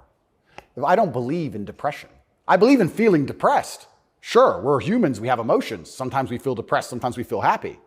I don't believe in the idea of becoming a depressed person who has depression. I don't believe in that. I don't think that's possible for me. So if I don't believe in it, how can it happen? I don't believe in depression. So why would I not adopt the mindset that makes me the most capable predator I can possibly be? Why not adopt the mindset that makes me as competent and as fearsome as possible? If you have to install software in your own mind, why would I not install software that makes me capable of not only driving a Bugatti and flying on private jets, but sitting in a Romanian dungeon covered in cockroaches? I need to be able to do all of it. So why would I believe in something that made me incapable? I don't believe in depression because I think that even the belief in and of itself, when you feel depressed, you'll start to consider, maybe I have depression. Then you go see a psychiatrist who tells you have depression. Then they want you on pills. It's the belief that goes down the spiral. If I feel sad, I go, I'm depressed today, I'll be fine tomorrow. So why, I suspect you're right, or what you're saying is pointing toward truth. That's my personal view. But even if I disagreed with you, I disagree with you. Why is that so offensive, what you just said? Well, that's what's interesting, because when I said depression wasn't real, the number of people who would attack me defending depression, this is what I didn't understand. Right. You say depression isn't real, but depression's ruined my life, and it's super real, and it ruined my life, and I lost my marriage. I'm like, if I told you it wasn't real, you should be coming to me saying, tell me how it's not real. Please help me with my depression. Why are you trying to convince me that it's real? Why are you sticking up for it? And why are you defending depression? And why would I adopt the thinking of someone who's sad? You're going to convince me to take your worldview. You just told me your wife left you, you're fat, and you want to kill yourself. And you want me to sit here and go, with my perfect life, and go, you know what? I want to think like this guy. You're out of your mind. I don't believe in it. And because I don't believe in it, it's made me the kind of person who can't become depressed. And the reason they don't like me attacking that is because depression is a fantastic way to subdue a population, right? If everybody's depressed, it's hard to have a revolution. You're depressed. Oh, they've locked us all in our houses. I don't want to go outside anyway. I'm sad, right? So depression's a fantastic tool of population control. They have no problem with you being depressed. They have a problem with you being the opposite, principled and energetic. No, you don't want principled, energetic people. That's a problem. A bunch of depressed people, easy. If you had to invade a country, would you rather the opposing army be principled and energetic or depressed? I'll tell you, I would not want to be invaded by a cheerful army. Absolutely. That's scary. They're having too much fun, right? You want them all to be depressed. So a morose army is easier to defeat. I agree. Absolutely. So depression is a defended idea. You're not allowed to even talk about it. You're not allowed to help people get out of it, right? They like the idea of a depressed population. And this is what I say to people. Now, I'm not stupid. I understand like PTSD is real. I understand mental health is real. I'm not saying that, but I say if you're an 18-year-old boy or 18-year-old man and your life is pretty much okay, bacteria didn't steal your eyesight, which could have happened. You never had a car crash and lost both of your legs, which could have happened. You're actually very fortunate. And you wake up and you say, I'm depressed. I think you're an idiot. I don't think you're depressed. I think you've been psyoped. I think you feel a little bit of depression and you can fix that by changing your life. I think if you became rich and strong and smart and successful and you worked hard and you dedicated yourself and you were motivated and you tried your very, very best to become excellent, you probably wouldn't feel depressed anymore. which means it's not a disease, is it? So why would you, the only reason you're even saying you have depression is because you believe in it. So you're arguing for cause and effect. You're saying if you live a certain way, you're going to feel a certain way. Absolutely. And I also would argue that I think we've evolutionarily, even though I do believe in God, I think that we've designed ourselves and the human has grown into a way where if you feel depressed or sad, I think that's a fantastic trigger or a warning signal to do something. If you were to say to me, Andrew, you have to complete this monumental task. You have to conquer the world. I would say, okay, but I need a emotional motivation to do that. I need to be unhappy having not completed the task. I need to be uncomfortable, right? If you're uncomfortable being out of shape, you'll get in shape. If you're happy being out of shape, then you're just going to stay out of shape, right? So if you feel a degree of uncomfortableness inside of your mind, I think it's just your mind telling you that something about your life needs to change. Yes. You need to get up and change something. Guys would say to me, I'm depressed because I'm fat and I have no girlfriend. And I'd say, no, you have no girlfriend and you're fat and that's why you're depressed. If you go change those two things, you'd probably be surprised that your disease goes away. I had another guy say he was going to kill himself. I said, listen, it's back when I used to reply to my emails when I was smaller. I said, make me a promise, get a six-pack first. Of beer? I said, get a six-pack first, get in fantastic shape, and then do whatever you want. Didn't want to kill himself once he was in fantastic shape. So he did it? Yeah. I have the before and after. I'll put them on Twitter. Kind of interesting that, isn't it? So how are we going to say we have this disease, which is cause and effect? How are we going to say we have this disease where there's something wrong with you as a man, you have a disease because your life sucks?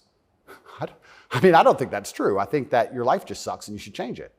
And another thing I also preach, and this is another thing that's very important, I also think as a man, because life as a man is pain and suffering, and when I say that, because you're never going to be a good man or good at being a man without pain and suffering. You're going to have to go through a bunch of shit and have a terrible life to become a good man. I think you should embrace that and accept it. And I think that the correct mental model for men to have is a degree of stoicism and not to be too concerned with even how they feel. If I woke up today happy, I would have done this interview with you. If I woke up today sad, I would have done this interview with you.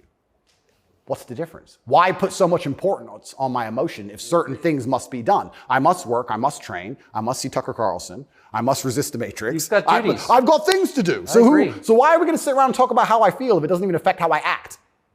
And as a man, it shouldn't, because there's too much to do.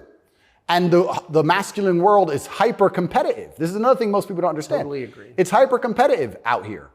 All the women want a few men at the top. The Ferrari, you don't want a Ferrari to drive fast. You want a Ferrari because other men want a Ferrari and can't have one.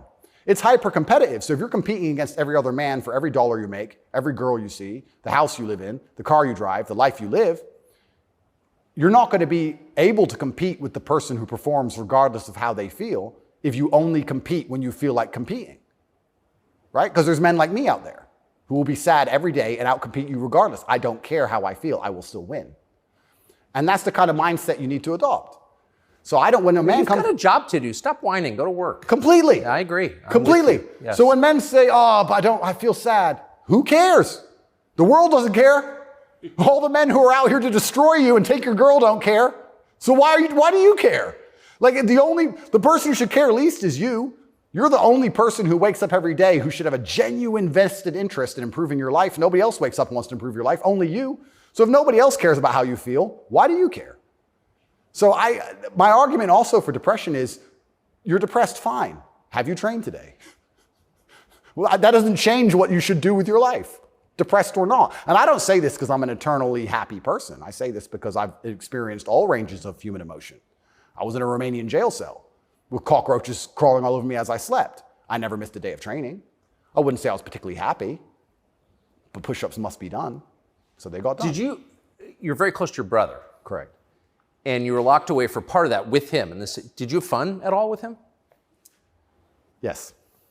I do think there's something inside of men, whereas if you're with your boys or you're with your group of men, there's something inside of us. Totally. And it allows you to make the absolute best of the worst situations. Maybe that's an evolution from war. All the men went to war and you saw all this pain and suffering and you saw heads, people decapitated and you're injured, but then you sit around the campfire and you're laughing. You're laughing. That's right. It's something inside of us. It's like a coping mechanism when you're around men. So when me and him were together, no matter how bad the scenario or no matter what they tried to do to us, part of us would just look at each other like, cigarette? And you find joy in that. And yeah, there's definitely, and that's another thing I think a lot of men are lacking. A lot of men are missing is a masculine support network. I think Buddies.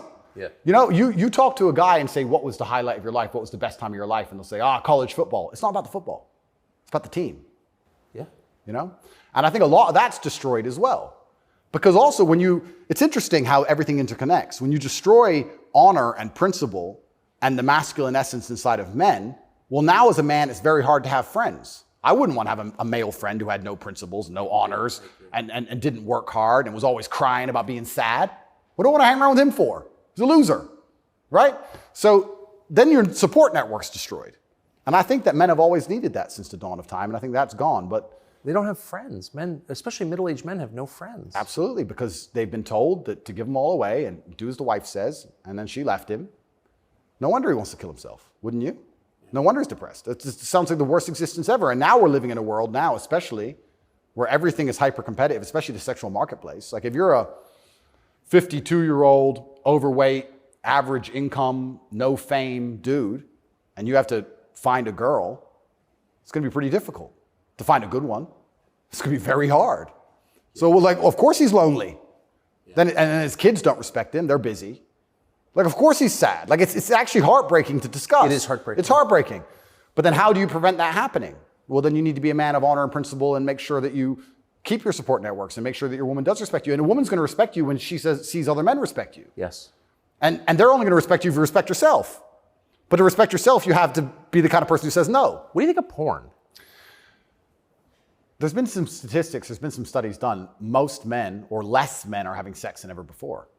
I've seen that. Yeah, and what is that? Well, that's an extension of the fact that masculine virtue is being destroyed. That's the thing that's interesting about all these things. They psyop, especially men, they say, listen, women want a feminist man. Women want a man with no moral principle who would make sure that there's a conversation about who should fight the burglar when your house is broken into, because equal opportunities, equal rights, of course.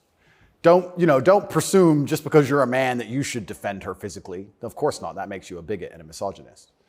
So they convince men to adopt these virtues in ways. And of course, women, by and large, dislike them for it.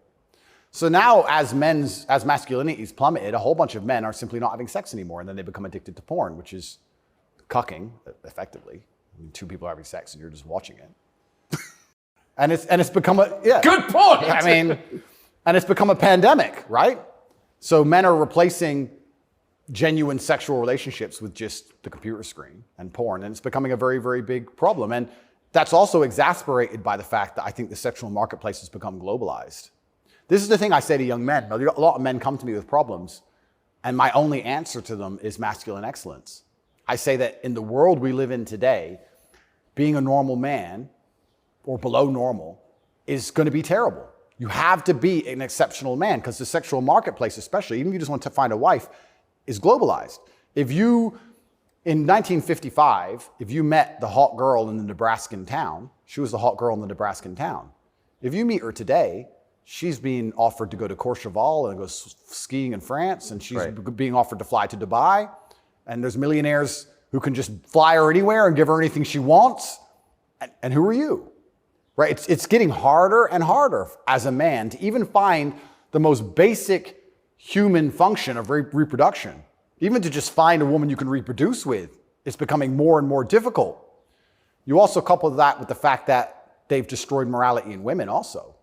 So when you destroy the morality in men and you destroy how a man should act, and then you destroy how a woman should act, you're both going in the opposite direction. Most women out there are very happy to share a man who's just rich and famous, and they don't care. It's right. So if you're the normal guy, there's this rich famous guy with 30 girls. That's 29 dudes who are lonely, and they end up watching porn. And if you have a porn addiction or you have a problem with porn, you have a problem with yourself, because I guarantee if you were the kind of man you're supposed to be, you would have no time for that, and you wouldn't need it. I can confirm that's absolutely and utterly the case. Yeah. So the fact you even need porn shows there's a problem with you as a man, because if you were the kind of man you could be, and I genuinely believe that any man can become anything, then you'd have unlimited sexual options and you would have no interest in that. And I do want to make this clear to the world, because there's a bit of a misconception about my story. My father was in the military, and then he left to become a professional chess player. He was a traveling chess player. You don't make money with that. My mother and father broke up at age 9. We moved to England purely because you get more help from the state. I was raised on welfare in Marsh Farm, which is the worst area of the worst town, Luton, with the highest crime rate. I went to a school with a 4% pass rate, single mother household effectively. Started from absolutely nothing, became a kickboxing world champion. Your mother was English? English, correct. So I started at the absolute lowest echelon of life, and I would like to consider myself somewhere near the top now. I've been through absolutely every stage. So when I say to men, you can become anything you want, and my answer to you is masculine excellence, there's no other answer. I can't tell you how to rig the game and cheat the game. If we're all racing a race and I have a Ferrari and you have a Nissan, I mean, sure, you can get a bit better at driving, but you're probably going to lose. You have to get a better character to play this game of life. So that's why I preach masculine excellence, because for many of the world's problems today, porn, sexual access, being respected by your peers, making sure that your wife's going to stay with you after the children are born for a very long time. That's right. Being happy, anything, it all comes down to who you are as a man. The only answer is masculine excellence. There's nothing you can do besides hard work, accept the trauma and pain and suffering, and work harder than everyone else around you worked. And that's why porn's a problem. So I will genuinely say to any man out there who finds himself loading up that website, go take a look in the mirror and realize why no one wants to fuck you. Fair. And I said this to guys before, if you were a girl with all the choices she has, would you choose you? Think about it. And if you're honest with yourself, a lot of these guys, if they look in the mirror and go, you know what? No, I wouldn't choose me. Work out why and do something about it. Absolute and utter self-accountability. This is something that's also missing. I take accountability for everything in my life. Even going to jail, although it was unfair, although it's a matrix attack, although it's garbage, it was my fault. I sat there and go, what did I do wrong? How can I learn from this? Where is my part to play in this? What did I do? Because my actions are what I have the most control over. I have self-accountability for everything. If a woman doesn't want to sleep with me, I don't sit and say, women are this way, society's that way. I just sit and say, okay, why? What can I change? So any man who's loading up porn needs to go have a long conversation in the mirror and realize that he's not desirable or as desirable as he should be or could be. I come from absolutely nothing. I'm mixed race. My father was black and my mother's white. So statistically, mixed race, single mother household, bad area. I ticked every box to end up in jail. I ended up in jail for the wrong reasons. I guess you fulfilled your destiny. Can't escape statistics. I ticked every box to be a delinquent, and I refused to be one. I absolutely not refused to be a delinquent. I said, no, that's not who I want to be. I want to be a superhero. And I know the only way to be a superhero is to, 1, suffer, like Batman did, his parents died, and 2, work hard. What does your mother think? My mother's exceptionally proud of me. She still worries because mothers worry. But even when we were in jail, she said, well, I know you're both strong. So, like, she knows she has men. She knows she has, That's pretty great. Yeah, of course. And I think that's what, I believe especially also, I think a man has a duty to his last name. I think we carry the last name. We have a duty to our last name. I am a Tate. I am my father's son.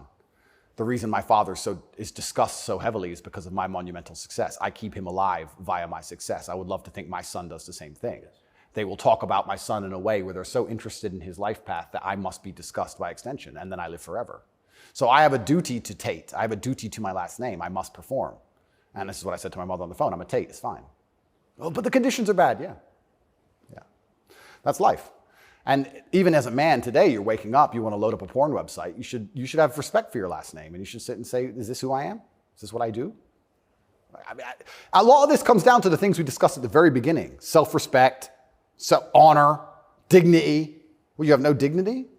Well, I have too much dignity for that shit. And a lot of these men have no dignity, no self-respect, and it's all an extension. It extends of why they're never going to be who they could be, and also what they do to cope with that. And yeah, porn is a coping mechanism. What do you think of women? I think women are some of the most powerful people on the planet, firstly. A lot of the conversations we're having, most people don't understand that women are the gatekeepers, and women are the ultimate judges. Women are the ultimate judges, especially of sexual access, right? So when I say that maybe 40% of the letters I got in jail were from women, just love letters. Perfume on them and kiss marks. And the traditional masculine role is still respected and loved by so many women. If you were to ask the average woman on the street who hasn't lost her mind, what she wants in a man. She would like to be financially provided for, physically protected. I love women. I think they are the most powerful and precious things on the planet. They give life. But I believe that when you love a woman, you should want to protect her and provide for her and take care of her. I don't believe you love a woman by wanting to do everything she says and cucking to her. I don't believe that because I love women, I should have no standards on what I expect in a woman. I don't think loving women is sitting there going, a woman can do whatever she wants to me and I put up with it. I don't think that's loving women at all. I think loving women is saying, I'm going to be the best man I can be. And the only way I'm going to be a good man is with a degree of standard. And I'm going to be the best man I can be for you. And when I say these things, I get attacked for being a misogynist. Because Well, how is that? I think misogynist means someone who hates women. Correct, because I have conversations with women who are, let's say I've done some podcasts with women who are very promiscuous. And I've explained to them that since the dawn of human time, in every single society across the planet, promiscuity in females has been frowned upon. Yes, that's true. It hasn't been frowned upon in men, but it has been in women.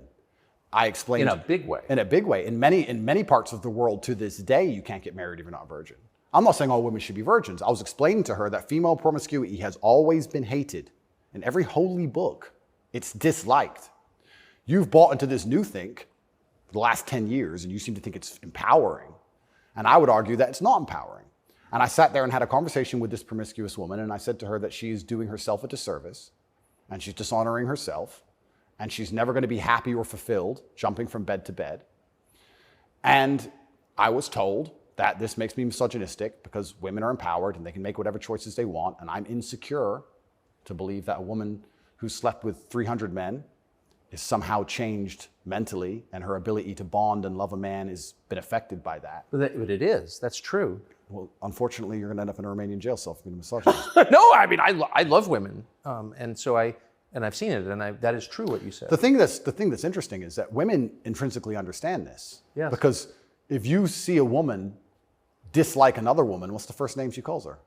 Slut. It's the first thing a girl says to a girl she doesn't like. It's the biggest insult that comes to her mind is that she's promiscuous, right? So it's interesting, but I've been called a misogynist for that. And then I've been on the internet for a long time. I've made some jokes. I've made some videos, and people don't understand satire or comedy. There's one that they keep repeating. I made a joke. Next to my bed, I had a Glock, like many people do, and then I had a knife next to my bed, and there was a comedic skit where it said, the girl caught me cheating, and she picked up the knife, and I slapped it out of her hand and said, you still love me? And they cut the bit out where I talked about the girl attacking me with the knife. They just took the bit where I say, slap the knife out of her hand, you're the boss, da-da-da, and he's a misogynist, and it's just taken out of context. And that's another thing that's happened to me, and I am aware of this, and like I said, I take absolute self-accountability, but the way you make jokes and make videos when you get 100 views is very different than the way you would make a joke or make a video when you get millions of views. And when they're trying their best to they'll look at a 4-hour video and find 3 seconds.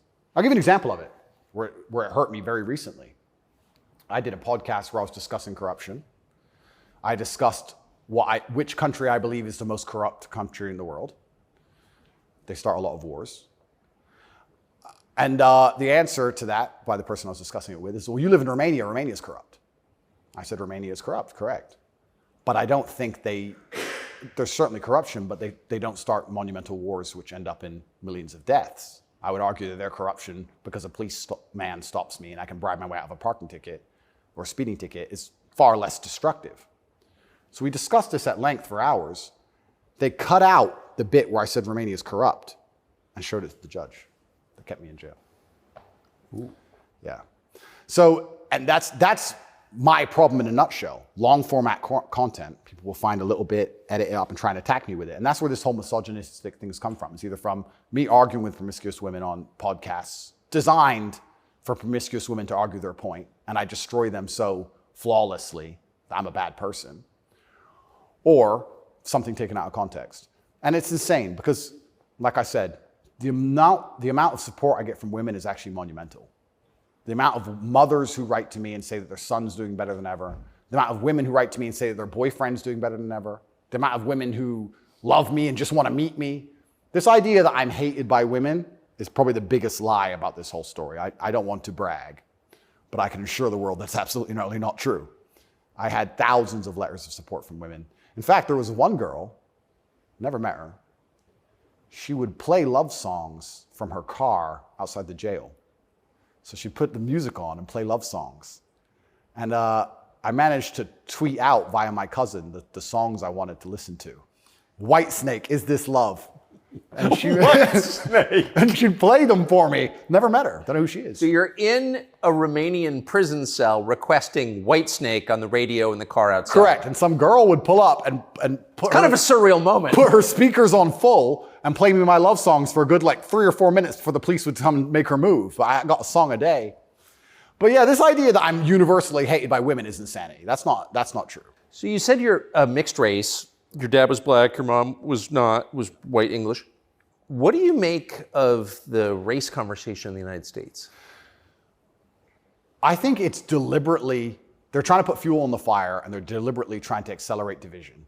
This is what I believe. I think that if a black billionaire and a white billionaire meet somewhere, I don't think there's much conversation about race. I don't think... No! I don't think there's any racism. No. Interesting, no? They're not that interested in the topic, actually. They don't care. Right. But amongst the lower echelons of the populace, they seem very interested in trying to turn us all on each other. Yes. I wonder why that is. And I wonder why they deliberately make laws and push media matters which are designed to do exactly that. I wonder why that is. We can sit, and I have my own theories. But I think what certain people in the world would be most afraid of is the white people of a certain economic class and the black people of a certain economic class shaking hands and saying, this is bullshit. I think that would be very intimidating for them. So it's certainly accelerated. And it's also very interesting because as a mixed race person, I will also sit and state, I don't look particularly black. Most people can't guess where I'm from. I've had more discrimination against me for being a straight male than I've ever had for my skin color. I've had more people look at me or have problems with me purely because of my sexual orientation and my generally masculine essence than I've ever had anybody say anything about my skin color ever. And I'll also say, if somebody has a real problem with my skin color, who cares? If someone's that ignorant, who gives a shit? It's also, I do find it amazing they manage to psyop people into being so brutally offended by it. If someone were to come up to me and say, you're not white, I'd say, correct. Have a nice day. Who cares? It's amazing how they've got everyone wrapped up in this. But yeah, it's certainly accelerated. And another thing that's very interesting about it, especially in America, a lot of Americans are insulated to, I feel like, world history. Yeah, I've noticed. You know, they're like, oh, slavery, slavery, slavery. Slavery was everywhere. Every country had slaves. Arabs had slaves, the Chinese had slaves, Aztecs had slaves. Everybody had slaves. The American Indians had slaves. Everybody did. A lot of slaves. Correct. And they're like, oh, we've been enslaved. Everyone was enslaved. Unfortunately, the world wasn't such a nice place, right? And there's been ethnic divisions in every single country on earth since the dawn of time. There still is in many countries in the world today. They believe this is a uniquely American issue. And I would strongly argue that, one, it's completely and utterly not.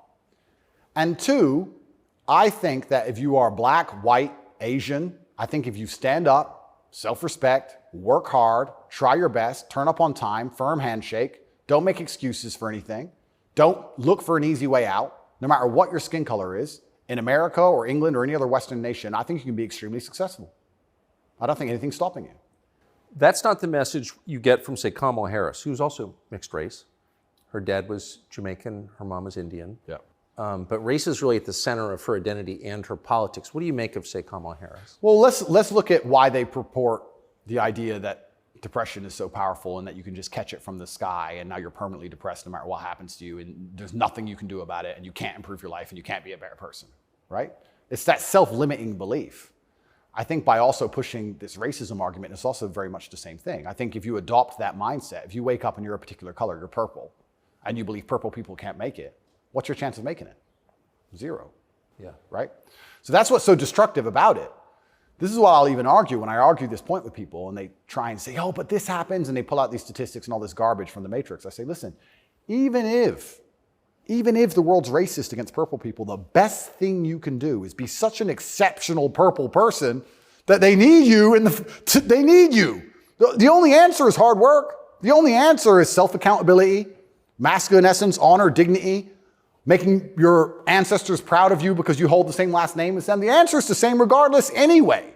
But when people like Kamala are pushing this racism agenda, they're trying to say to people effectively, you'll never be anything. And you don't stand a chance of ever being anything. And I think that makes people who aren't anything feel a little bit better about themselves. It's cope. And that's the only fans she has left, are losers who she's told it's okay to be a loser because there's no way you could have not been a loser. And I will argue you could have been something a lot more than that. And you shouldn't listen to anybody who tells you you're not going to be a loser. If someone were to come to me and say, Andrew, you're mixed race, you're from a single mother household, you're never going to be rich. I'll say, watch me. I don't believe you. I don't believe you. Who are you? So everything she's saying is one, wrong. Two, it's destructive to believe in. Three, I think it's her last hope at having any kind of fan at all because she's largely incompetent. I don't think I've ever heard her put a compendious, coherent sentence together. And perhaps also, maybe that's the reason why she leans so heavily on race, because she's not impressive or competent. So she can say, oh, but I'm this color and I did it, instead of actually talking about how good of a job she's doing. Because if you have to discuss that part of her career or that part of her current life path, I think she'd be in a lot of trouble. I want to show you video of Joe Biden's challenger for the Democratic primary, Robert F. Kennedy Jr.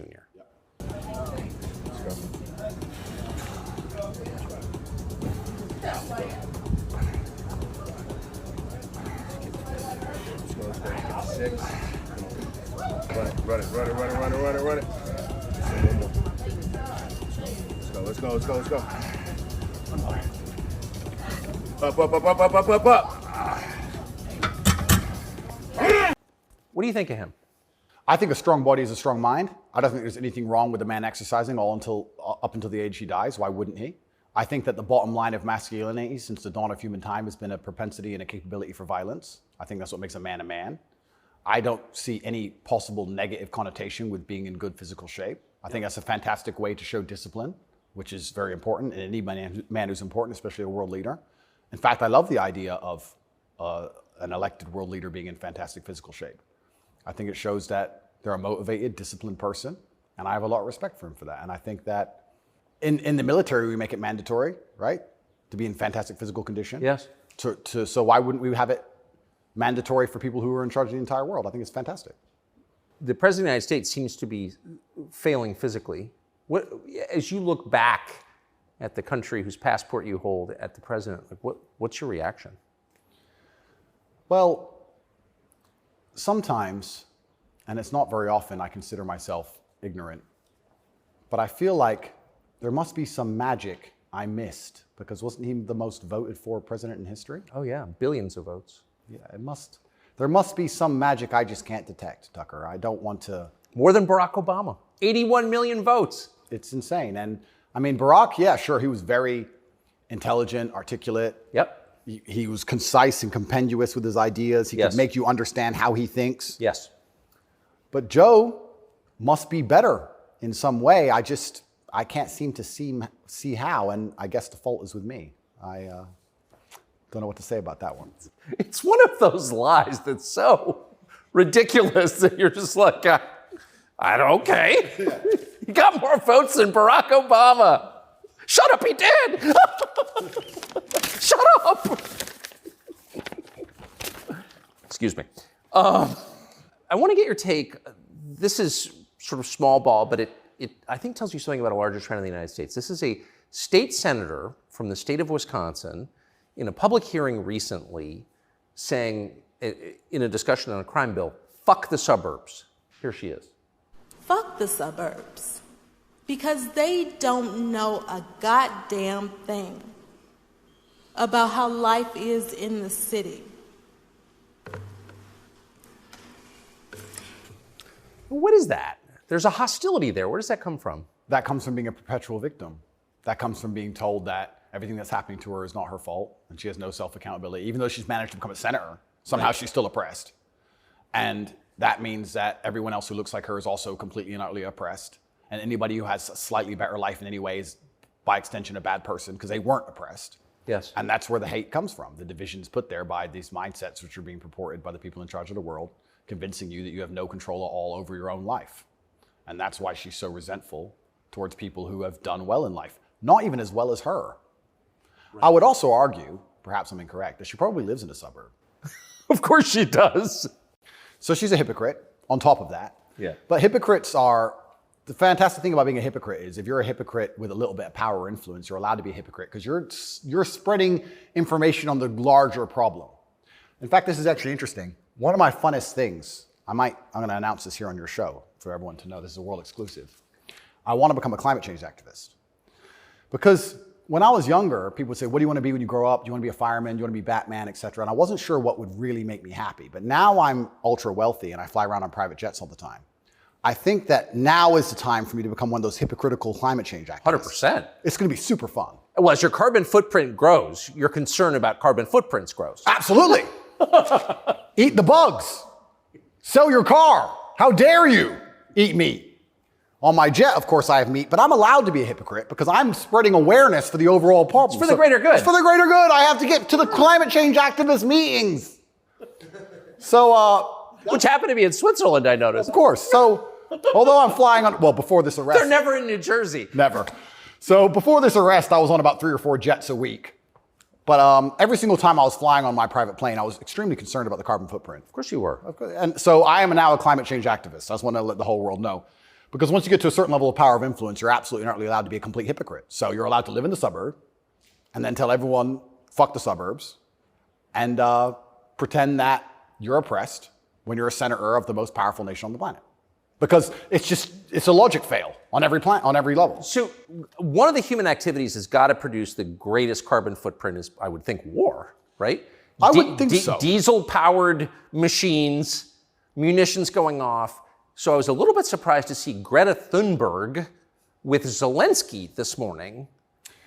What's interesting to me is this. Firstly, I would never kill myself. Secondly, imagine these people are so detached from reality. Imagine going, you know what we need to do? Brainwave. We need to drum up support for this garbage. Let's take the most loved woman, Greta, and the most loved man, Zelensky, and let's make them meet. Think about the PR. Let's bring a camera. And imagine people sitting around a table going, that's great. That's going to really make people support this. Who gives a fuck? I don't want to swear. I'm sorry, but some young girl turns up to a war zone who has nothing. Why is she there? What are they going to talk about? I don't know. But what's their conversation? I think she only yells. I don't think she does talk. I don't understand. Is she going to talk about how the childhood has been stolen from all those million Ukrainian men who have been blown to pieces? Like she talks about childhood being stolen because we drive, cars? I don't think she is. I don't think she's going to mention that. No. Is it just a big PR opportunity? Like what PR team came up with this concoction and thought, this'll keep them on side? It's mind-bending to me who even thought this was a good idea. It's crazy. But of course somebody did. Somebody thought it was a fantastic idea. Have you ever met Greta Thunberg? No, but me and her have had some internet arguments. I think you went to prison for it, right? Yeah, correct. Which is amazing because I'm a climate change activist. So I'm on her team. I was in Sweden during COVID. So we could have met. She didn't want to hang out with me, unfortunately. And then now I'm flying around on my jet everywhere, spreading news about climate change. Same thing. Like in my Bugatti, obviously it's got a big engine. I make sure to talk about climate change out the window as I drive. But I'm on her side. She doesn't seem to be very You yell at the serfs as you pass about climate change? Yeah, don't eat meat. Eat the bugs. What's wrong with you people? You don't care about the earth? Like, if you don't start caring about climate change, all those politicians with beachfront property are going to lose their houses. Yes. And they're very concerned about climate change, which is why they bought their houses on the beachfront, so they can be the first to let you know it's coming. The early warning system, right? They're very concerned. That's why they want to be right there on the beach. Quite honorable if you think about it. Kind of on the front lines of the climate crisis. Absolutely. Lead from the front. So good. But one more point about this. Sorry to go on and on. No, I love it. But when I say these things, people, you don't care about the environment. And I try and explain to them, I love nature. You love hunting, fishing. You love nature. I love nature. Passionately. The problem with all of these things is not that I don't like nature. The problem is that nearly any issue which appears to be virtuous on the planet today is Trojan horsed with garbage. That's the problem. I have no problem with fixing or maintaining or preserving nature. I have a problem with them telling me I have to maintain nature, them Trojan horsing my bankruptcy into the middle of it, knowing that nature won't be fixed, then telling me it's about nature and telling me I should agree with it. That's my problem. There's nothing left on the planet, no issue, which isn't Trojan horsed with absolute garbage. Yes. And if you're going to sit there and tell me that I need to give more money to the government to stop the sun from being hot, I'm going to argue with you that I'd rather keep my money. Thank you very much. Yes. So this is the problem with all these issues. It's nearly anything. When I argue against them, people are like, you don't care about the issue. I do. But you're not smart enough to understand that the legislation around this issue is so large, it hasn't even been read by most of the people voting for it. Yeah. And there's something in the middle of it which is going to damage every single person's life, which has nothing at all to do with the issue itself.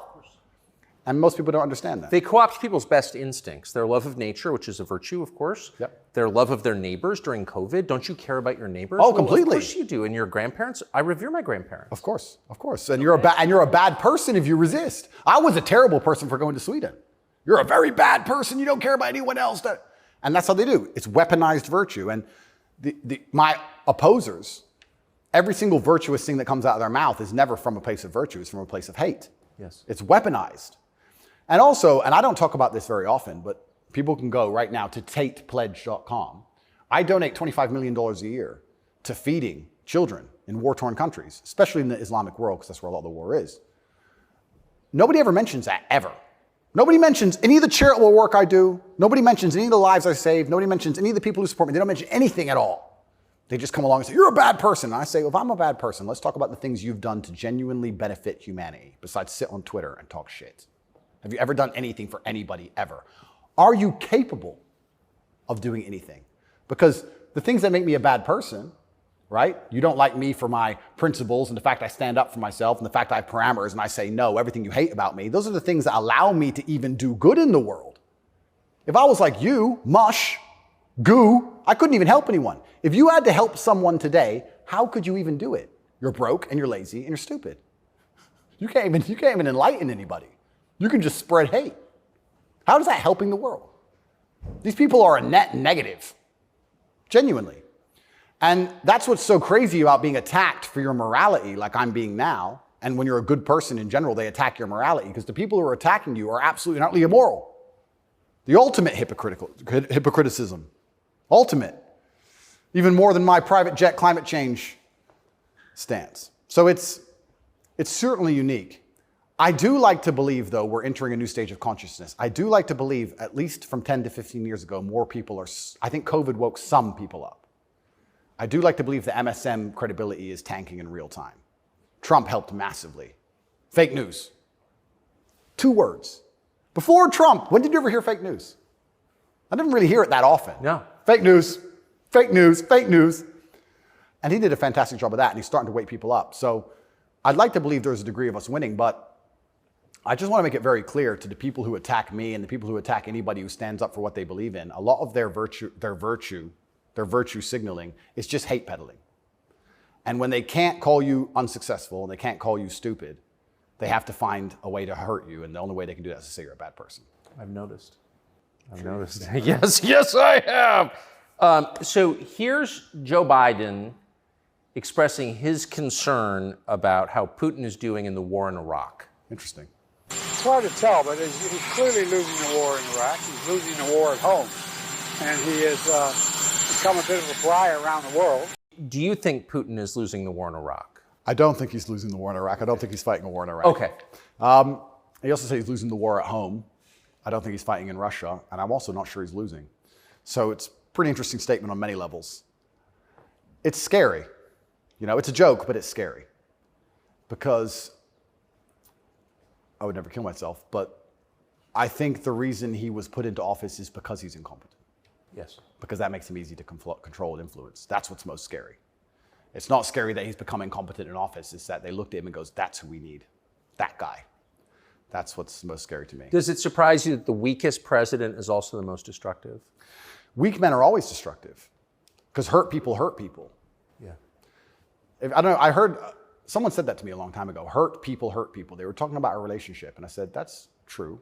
If your heart's been broken, you're probably going to be a bit of an asshole and break someone's heart, hurt people, hurt people. And then I thought, well, if you're a weak man and you're going through life and you don't have the strength and resilience to resist the trials and tribulations of being a man, and you're constantly hurt by everything, and you're constantly upset and depressed and sad because you're weak, how could you possibly do good? Hurt people, right? To do good, you have to be a good person to begin with, and to be a good person, you're virtuous, and you've gone through a lot of things that made you strong. This is what's mind-bending to me, that the idea that strong men are somehow bad. And it's the ultimate hypocrisy, because as soon as something happens, especially physically, as soon as a liberal is attacked, they call the police. Defund the police! Call the police. Don't be masculine. Police officer, please. They want a big, strong man with a gun. Guns are bad. They want him to have one, right? So the ultimate hypocrisy on every level is absolutely and utterly insane. At the base realities of humanity, the absolute base reality, strength in men is respected and wanted. And I think that the closer you get to unfortunate circumstance, the closer you get to reality. They go hand in hand. And then everyone's looking for the strong men. So strong men should always lead, I believe. And for a longest period of human time, that's how society functioned. The strongest men led. But in the Western world now, that doesn't seem to be the case anymore. And weak men are emotionally led. They're not particularly stoic. They're impulsive. And I would say that the most heinous acts, perhaps, that happen in modern society today are purported and committed by weak men. I don't think a school shooter is a strong man. I think it's a weak man. I think it's a man who's been picked on, got butt hurt, is upset, girls don't like him, never learned any emotional control. He's the kind of person who does exactly what the TV tells him to do. Act out your feelings. Cry when you want to cry. Well, now he's angry, so now what? You told him to act out his feelings. What do you expect him to do? I think that weak men do the worst things. I think weak men hurt women. I think weak men rob stores because they don't want to wake up and work hard and go to work and do it the honorable way. It's a weak man who goes and steals. It's a weak man who beats the shit out of a girl. It's a weak man who shoots up a school. This is all weak men stuff. And society as a whole is telling men to be weaker and weaker, saying it's somehow the solution to everything because being a man is toxically masculine. Being a strong man is bad. It's toxically masculine. To be a good man, you have to be a very weak one. Well, look at the most heinous acts that are committed in society. Show me a strong, honorable, virtuous man of principle who's doing any of this stuff. So weak men commit the atrocities in this world. Absolutely they do. And it's weak men who also attack anybody of virtue, because I think when you're weak, you're intrinsically unhappy. Yeah. I don't think as a man you can be happy if you're weak. I think happiness and strength go hand in hand. Yes. I think that's how we're supposed to be, right? Even strength of mind, strength of conviction, strength of something. If you're weak, you're going to be miserable. So I do find satisfaction in the fact that most of the men who truly dislike me are miserable and weak. And also, like I said earlier about women being gatekeepers, women are fantastic. Women are they're like a barometer for society. I would say you can measure the strength of a society or the virtue of a society or how decayed a society is largely by the actions of many women. I'd like to argue that point. I can argue that point in many different ways. But women really want their man to be strong. Of course. They will punish you for being weak. And I'm not saying you can never cry to your woman. I'm not saying you can never open up to your woman. But there's going to become a time where she expects you to just be capable. There's a problem. And even if you don't know how to fix it, your job as a man is to say, I'll handle it. Even if you have no money and no hope. And to go find a way to fix the problem. If you're weak and go, I don't know, she becomes very resentful towards you. And she'll punish you for that weakness. And I think what she's trying to do on an evolutionary standard is inspire you to man up, because it's your job to protect her, isn't it? Of course. So if she sees you and looks at you and doesn't see you as a man who can protect her, she can't respect you. So every survey of female happiness in the West shows just a straight decline since about 1970 till now. Women are becoming less happy in the West. I think it's very obvious. What accounts for that? How can you be happy when all the men around you aren't men, right? We are the most beautiful union that God has possibly created on the planet. A feminine woman and a masculine man. It's the most beautiful union that can possibly exist. It raises children the best. Both parties are happier. Both parties gain. It's a net positive for everybody. There's no negative. There's no downside. But if you destroy one side of the equation, then the other side is going to be completely and utterly miserable and unhappy. How as a woman can you be happy if you can't find a man who you believe can protect you, provide for you, sticks up for you, has morals, has principles? There's none of those men left. So then what they do is just go from man to man trying to find it. And by the time they've been through enough men to maybe find someone semi-close to it, they've been through too many men to ever be happy. And then you have the absolute destruction of Western society. We talk about why men don't get married anymore. I can tell you why I wouldn't want to get married in America. I don't see the point in being married to a woman who's had so many partners before me that she can't properly pair bond with me, and then giving her the opportunity to financially destroy me. I think that would be a bad chess move. And I do believe in marriage. I think society would be better if everyone was married. I'm saying that if you're living in an immoral society, being a moral person, if you're not careful about it, you can get wrecked. If the game is rigged, you have to be very careful if you play it. So how do we encourage men to get married? Well, they need to be worth marrying, but so do the women, right? So everything's decaying on both sides. Everything's spiraling. One of the reasons I also got called misogynistic, and I'll say it here, I argue the point that for the longest period of human time, evolutionarily, women had to adopt and find a way to take the ethos of an opposing tribe perhaps quicker than a man could because of war.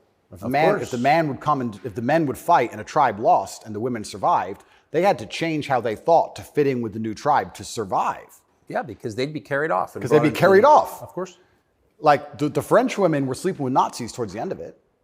Towards the end of Paris occupation, all the French women were sleeping with Nazis. When the Nazis got kicked out, the French women had their heads shaved because they got caught hanging around with German soldiers. The German soldiers killed their husband. 3 years later, they need to eat. So the German soldiers have a wage. He's handsome. It's amazing how quickly they can adapt. And that's for their own survival. That's fantastic. But then if you extrapolate that out and you understand that to be true, then you also understand that women are more susceptible to programming to a degree. I got called misogynistic by saying that if you sit 100 men and 100 women down in front of propaganda, I believe that women are more likely to believe a lot of it. I think a lot of liberals are female. They're more emotional. And it's easier to convince them of something if you use an emotionally led argument, right? So if by extension you now have women who are emotionally led, who are being convinced and their logic is failing because they're being tricked with an emotionally led argument, and the man they're meeting has no principle and no honor, and he can't resist that, she's in charge of the house, well, now she's telling the man what to do, right? If I would have come home during COVID and my woman said, you need to wear a mask, I'd say, no, I don't. End of conversation. Where if I was a simp, you need to wear a mask. Okay, baby. Don't. All right. So the women are also largely in charge of the psyop because the men are so desperate to get any kind of connection with a real person and avoid the porn screen. And then these women are being controlled by the mass media as a whole. I say this to, I have children. I don't talk about it often. But I say to the mothers of my children, I say, look, either we program their minds or society does. Who do you believe in? Everyone is being programmed by somebody and something. Me, you, everybody. We're all programmed by someone. To sit and think you're above programming is incorrect. What you have to do is sit and say, does the person who's programming genuinely have my best interests at heart? What do they want me to believe? Why do they want me to believe it? What happens if I believe what they want me to believe? Where does this lead? That's all we can do. We're all programmed. We're all the sum of the 5 people we spend the most time with. Right? So if you have women with no father, no strong masculine influence, who's programming them? The Kardashians and the news? The internet? Porn stars? What kind of woman's that going to be? And then if a man finally ends up with her and he has no backbone, what kind of man is he going to be? I don't want to comment on these things because I don't want to make personal enemies of people I don't know. There's a guy called Adam22. Once again, I have no idea who this man is. I just saw on Twitter yesterday that he was with a porn star who'd never done a male scene. They got married, and like a week after their marriage, she did her first male scene with some random dude. And he's on a podcast defending it. Did his wife have sex with somebody else? Correct. Why? Like, this is the level you can, but this is what the Matrix wants from you as a man. They want the woman in charge and the man below with no backbone, because if the woman's in charge, they can emotionally affect her. They can scare her. You can scare a woman easier than you can scare a man. A man. A real man's hard to scare. A woman you can make afraid of the vaccine, right? Be afraid, COVID, be scared. If she's in charge of the household, I would argue in nearly any household where the female was dominant, everyone's vaccinated. I would argue that point hard. Of course. Maybe I'm wrong, but I would argue it. I don't have the statistics. It's just logic to me. So Talk about women being unhappy. What's actually interesting about the female mind, once again, they're going to call me a misogynist, is that when you're an emotionally led person, you're more prone to chaos. It takes real stoicism to lead. So why are these women unhappy? Because no one's leading them. No fathers, no men of no backbone, no man they respect. So they're relying on society, which is promoting chaos, and their own mental state. Women will say all the time, my period was coming up, so I was crazy. Like, they'll say that themselves. So without any kind of hard rock of emotional security, to give her a hug and say, don't worry, baby, calm down, it's okay. When you have no hard rock of emotional security and you leave her to her own devices, she's going to be to a degree chaotic. And you know who told me this? A woman said this to me. A woman said, most women are closer to a mental breakdown than you possibly believe, day by day. I was like, really? She goes, yeah, and that's what I love about my husband. He makes me feel happy and secure and safe. If I'm starting to have a problem, I know I go to him and he makes me feel safe. He's my rock. There's a woman said this to me a long time ago. Yes. So why are women miserable? Because where are they going to get their happiness from? Where are they going to get their emotional stability from? It's not their job. I don't believe it's a woman's job to be emotionally stable. It's a woman's job to do many other very important things that men can't do. More important. They're better than men at a lot of things, women are. But it's our job to be emotionally stable. Women are better than us at certain things. We're better at other things. And that's why as a team we're so powerful. To sit and pretend we're all the same the whole way through, then why do we even need each other anymore? Well, I don't think we do. You're exactly it. And this is why we have birth rates declining, porn, women who are running around sharing one man with no intention of having children, marriage is gone. Like, where do we think this is going to end? And what's interesting about it ends with the training thing, right? Well, yeah, that's the ultimate. No, I'm serious though. If there's no, scrambling the idea of the gender binary, of sex differences, like that is kind of the end point, isn't it? Well, the end point is, yeah, men are the same as women, so it doesn't even matter. Right. I can be a woman today, I can be a man tomorrow. None of it matters anymore. I also think a large part of this transsexual movement, I think a large part of it is a deliberate attack on us and our senses because they're trying to convince us to ignore our eyes. I do believe that is a bottom line. I think the bottom line of slavery are your own senses. Like, no matter what I'm told that it's cold outside, I feel warm.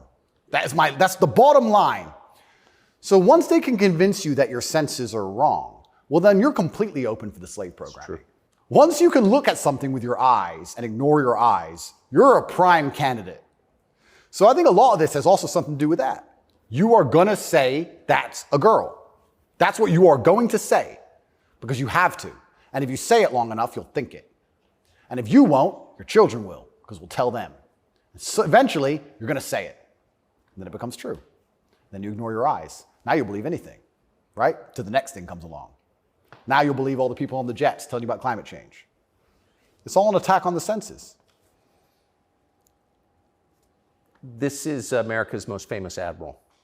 It's such an important issue for our youth and adults. As you said, some of these laws are actually extending into adulthood.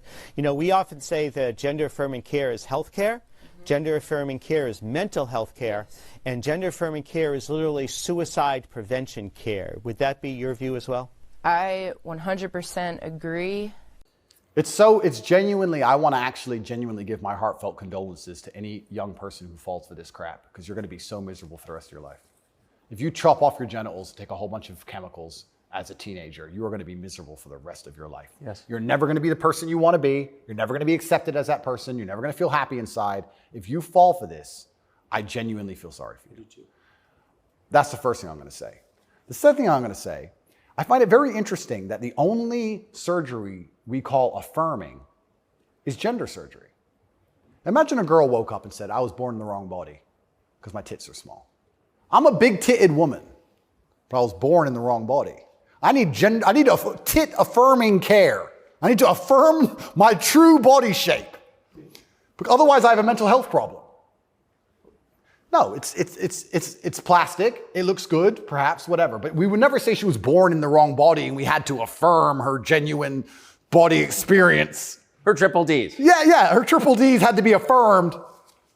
It's garbage. You're not affirming anything. And also, I think it's kind of interesting. They say that trans people commit suicide at a higher rate. That's sad. Nobody should kill themselves. I would hate for anybody to kill themselves. They say that's because they're picked on for being trans. I don't know why anyone's ever had the argument that perhaps they have a mental instability before this trans stuff, and that's why they're more prone to suicide in the first place. Seems like an obvious explanation. Seems like an obvious explanation. I don't think it's normal for anybody to want to mutilate themselves. I think if someone were to come to me and say, I really want to cut my hand off, I would think they had a mental illness. Why? Don't like it. What do you mean you don't like it? I don't like my hand. I don't want it. I would think that's very concerning. So I really, truly feel sorry for any young people who fall for this. I don't blame them. I think it's a massive psyop. And I think if you fall for it, you're going to be miserable forever. And one more point I'll make on this whole thing I found very interesting. I'm a professional fighter, so I spent a lot of time in Thailand when I was fighting. Kickboxing is big over there. And I've always thought, no one's ever mentioned that Thailand has a bunch of ladyboys, right? But if you say to a ladyboy, are you a man or a woman? She goes, I'm a ladyboy. What's that? I'm a man, but I'm a ladyboy. They don't see themselves as women in the real sense of I am female. Right. They don't want to compete against women in sports. They don't want to pretend they can have kids. They don't talk about having periods. They're like, oh, I'm a ladyboy. It's like kind of like a in between. It's got its own thing. India has the same. Yeah, it's fine. Nobody over there is genuinely arguing that they are actually female. Only in America are we doing that. And that's what's the craziest thing of all. Even if you truly, truly believe you need to change gender, and you truly believe it's the right path for you, and you believe you're not being psyoped, and you believe you're going to be happy, and you believe you need to mutilate yourself, that's all fine. But then to come along with the hubris and arrogance to tell me that I have to pretend you're something you're not, Yes. biologically. That's right. That's absolutely not really arrogant. You can't tell me what I have to call you, right? I'm allowed to come to my own conclusions and opinions. And the whole point of being a human is that we've gone through life long enough to identify patterns. Imagine humans didn't identify patterns. One person went and got ate by the lion. You watch it happen. Then you go for a turn. Like, no, you work out over time. Don't go near the lion, right? If I look at a person who's 6'4", muscularly built, right, with a big jaw and a beard, my brain and my life experience tells me that's quite often a man. That's Very often it is. very often. That's the conclusion I've come to. To come along and say, no, because I've decided to do X, Y, Z, you have to ignore all of the patterns you've identified throughout your entire life and everything you believe to be true. You have to throw away all the science and your entire worldview and everything about how you view the world. You have to eject that from your brain and call me what I want to be called is extremely arrogant. And if I went through the world and said everyone had to call me King Andrew, they'd tell me, shut up. Why? If they can get called whatever they want, I should be able to get called whatever I want. I want to be King Andrew, #1 savior of Earth, climate change activist.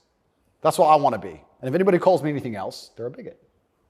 That's what we're going to do. If we're going to go down that path, I'm going to make sure that my title is good.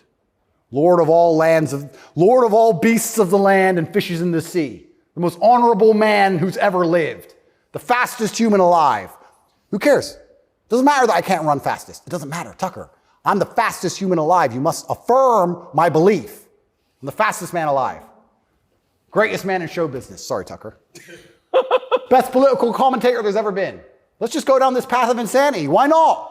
Walk around with stickers on our head. It'd be great. It'd be fun. The scariest thing about all this stuff is that the world is still polarized to a degree because there's certain places in the world which are too close to baseline reality for survival, for any of this garbage to fly. You think you can go to Tajikistan where people are trying to eat and talk to them about gender and all this garbage? They'll be like, listen, you're a man, this needs doing. Shut up, right? There's no time for any of that. So as the Western world is self-destructing in real time, there are places in the world where none of this crap is happening. So who's going to own the world in 100, 200 years? Like, it's still competitive to a degree. It's still bipolar. There's two sides to the world. I think that when men are men and women are women and we stop arguing about dumb shit, that society overall is more competitive. I don't know how America's going to maintain its influence over the entire planet when it's doing all this garbage. How long can this possibly last? Not long. Not long. It's like the fall of Rome.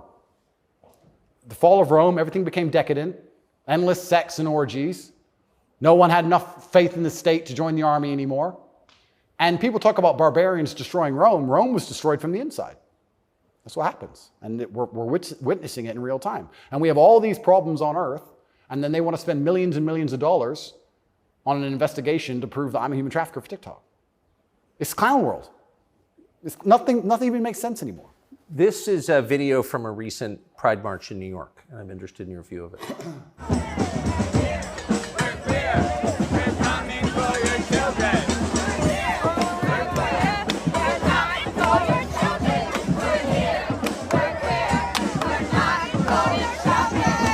So I have a few points on this. The first point is that it is an unfortunate reality, and I'm not going to be called a bigot. I'm going to talk about the reality that the homosexual community cannot reproduce in and of themselves. So for them to have a community into the future, they do need your children. That's how they think. For there to be a homosexual community in 100 years from now, they need straight people's kids, because only straight people have children. So they're telling the truth. That's the first thing. They mean what they say. The second thing is, I think a lot of this is an attention grab by them. I think they are slightly disappointed in how tolerant many people actually are. I have no problem with gay people. I don't care. I'm gay. Cool. I want to get married. Fine. I'm going to wave my dick in your kid's face. Wait a second. Yeah. They push it to a point where we have to react. And then when we react, they say we're bigoted. Children are innocent, and destruction of innocence is one of the most disgusting things on the face of the planet. It's terrible if a child is killed in a war. It's terrible if a child's mind is warped by any propaganda mechanism. They're innocent. What I don't understand is why, imagine heterosexual men walked around naked saying we're coming for the children. Well, someone gets shot. Absolutely. So why is it when For good reason. Completely. So as soon as there's this sexual orientation, they're completely protected. And I think that the whole point of having children as a whole is to instill them with your worldview. I know if I have children, I want them to be like me. We just talked about my last name and how I want them to honor me into post-death. Then I want them to be a representation of me, which means they should believe in my values and my creeds. Why is a group of people in New York walking around telling me what they're going to teach my kids and what my kids should believe? They're not your kids, they're my kids. Right. And that's what's so scary, because children are impressionable and children are raised by the state and the internet, effectively, which is why they want me off the internet. But they'll let a lot of people stay on the internet that say a lot of things. I'll argue that if I was transgender, the American embassy would have told Romania they were bigoted and removed me pretty quickly. I would genuinely argue that point. They would say, no, what you're doing is abusive to the LGBT community. He must be removed from jail. Of course, immediately. Immediately. But because I'm straight and heterosexual, it doesn't matter. We're the class that suffers the biggest bigotry that possibly exists in the Western world today. I would actually argue that point. But they're saying this to be deliberately provocative. They're deliberately trying to upset people. They want to upset you so that when you talk against it, they can call you names and call you a bigot. And also they mean what they say. And it's truly scary. I'm obviously a Muslim. I'm Islamic.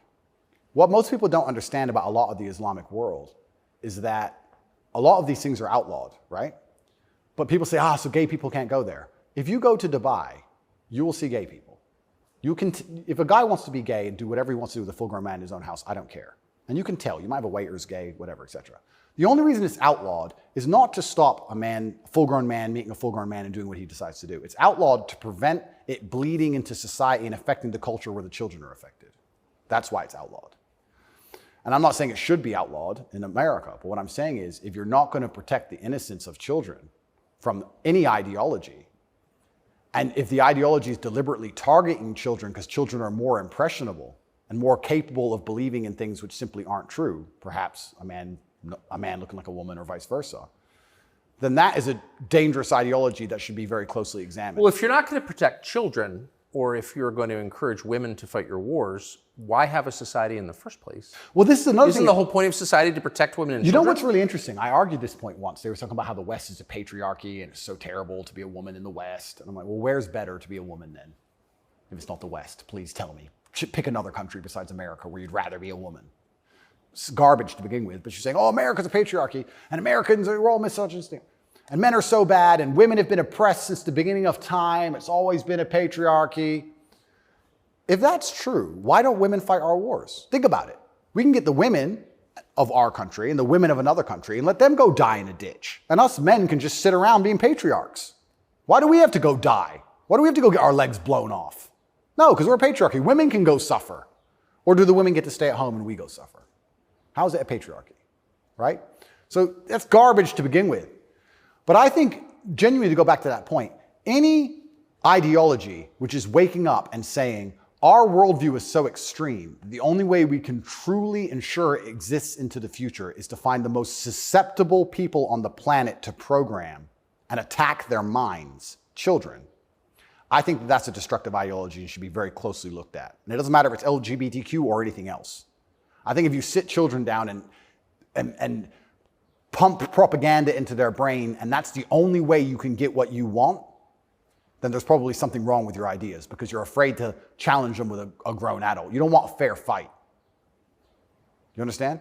They don't want a fair fight. They want to sit with a child who has no idea what he's talking about and tell him that men are women and women are men and vice versa, and just completely confuse the poor child because they don't want a fair fight against a rational adult. And that's scary. It doesn't seem a huge improvement over, say, ISIS to me. Absolutely. That's how do you convince somebody to blow themselves up? Well, you find a young man, teenage boy, and you program his mind. Exactly. And it's exactly the same thing. They don't try and convince an older man to blow himself up because he's going to sit there and go, well, why don't you blow yourself up? And then there's an argument. You go find a young, susceptible person, right? And that's what's so scary about all of it. And it's also kind of funny that like this whole LGBTQ thing is also linked to the patriarchy, also linked to all this other garbage and all these other false narratives and false ideas.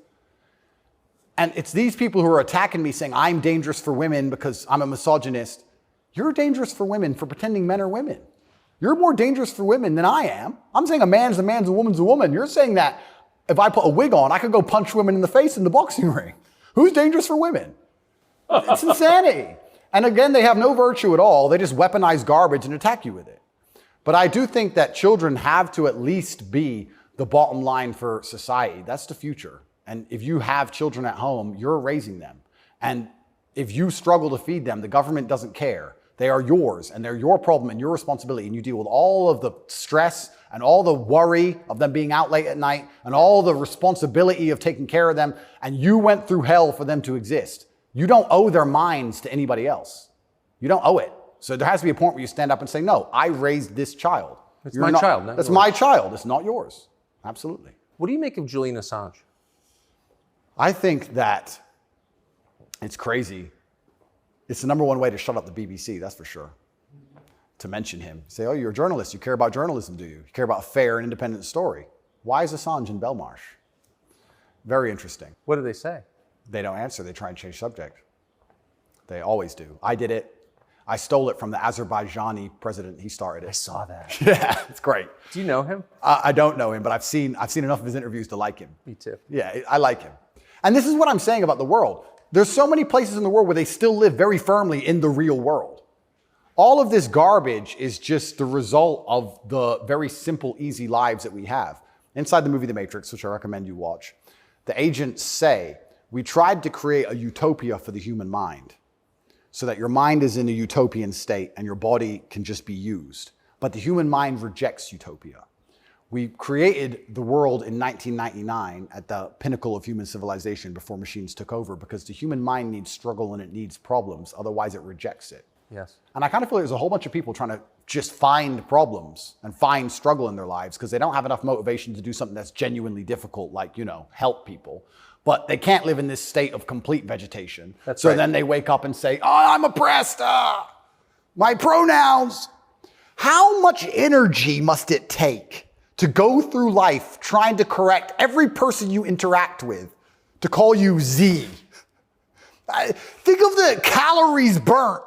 I can't think of a bigger waste of time. Think of the calories burnt. Every Starbucks employee, it's actually Z. Correct. You are a moron and you are just wasting so much energy. You could put that towards something beneficial. You could volunteer. You could go to the gym. There's so much more you could do with instead of walking around and talking about Z. You sound like a dumbass.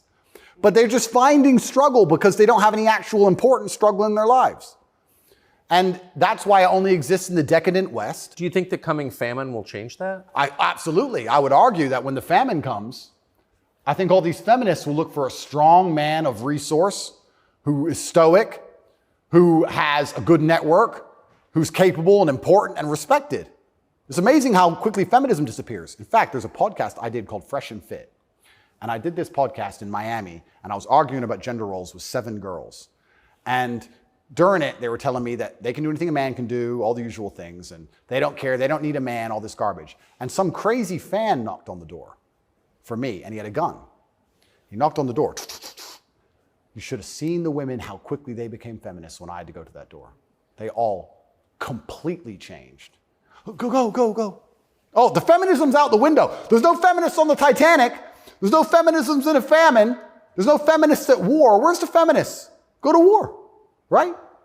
I remember when Afghanistan, when we did that very well-planned, very thorough evacuation of Afghanistan, and all the schools that we opened for women got shut down by the Taliban.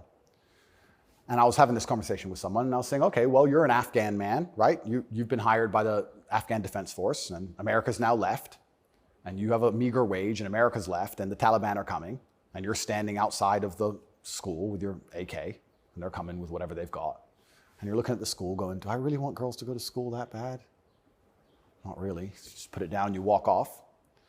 And this girl's like, yeah, but you know, it's really important. And I'm like, yeah, it is very important. I agree. Women should have education and right the education. Completely agree. But you're also saying here that men should die for it, which is fine. I'm not saying that that shouldn't be the case, but I'm saying that you should give men the respect they deserve for dying for your education. Because it's not the women who are going to defend that female school, it's the men.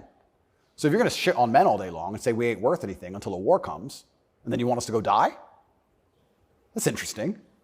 When the famine comes, the closer reality gets towards baseline survival, the closer we become towards our gender roles, because it's the only way we can be competitive. If you took 10 men and 10 women and stranded them on a desert island, the men would be men and the women would be women, because if they didn't, they would die. That's the bottom line. And I think that if you look at history, since the dawn of time, men were masculine, and also men, by and large, were generally ruling the society, not in an oppressive way, but in a protective way. And I think that that means that makes the society most competitive. And my argument for that is that if you name any society since the dawn of human time, men were protecting women, providing for women, and basically in charge of the society. And these are societies that never met. So it can't be an idea that spread. The Ming dynasty and the Aztecs, they're pretty far away. But that's how society was most effective. And when feminists argue with me and say, we need a society run by women, I say, well, that's never, ever happened. And if it has happened, they got destroyed so quickly, they never had a history. We can't even name one. So it's a brand new idea, which I'm not saying is a bad idea. I'm saying if it's a brand new idea, you can't tell me it's going to be better because it's never been tried, ever. So we're going to see. But what happens if it doesn't work with the most powerful nation on earth? Right? So we're feminizing men and women have more and more control and more power, which is fantastic. I'm saying this is untested. Who knows where any of this is leading? And our competitors, America's competitors, are still very firm in their gender roles. So it's certainly an interesting period of history we're about to enter. It's very interesting. What's your view of tobacco? I love tobacco. So my diet is particularly strange, I've been told. I live on caffeine and nicotine. So I eat once a day. I eat dinner only. 80% of my calories come from meat. I have 10 cups of coffee a day and 3 or 4 large cigars. So I like caffeine and nicotine. I do too. Yeah, it makes me feel good. Makes me feel like my blood's on fire a little bit. Caffeine and nicotine I think are fantastic.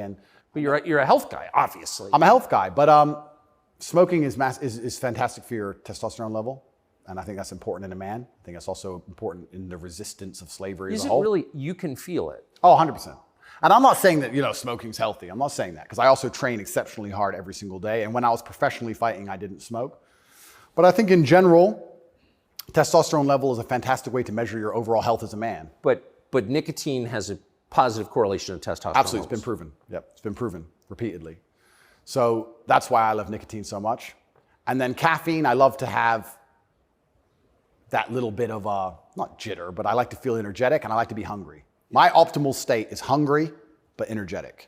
That's how I get the most done. I don't like eating. If I eat, I feel full, I feel lethargic. I like to, totally. Yeah, I like to be hungry and 1% irritable from my 5th coffee and a bunch of nicotine inside of me. That's how I like to perform. So yeah, I think it's a good thing. And it's interesting how focused the people in charge are on nicotine. Yeah. As fentanyl becomes really common. Yeah.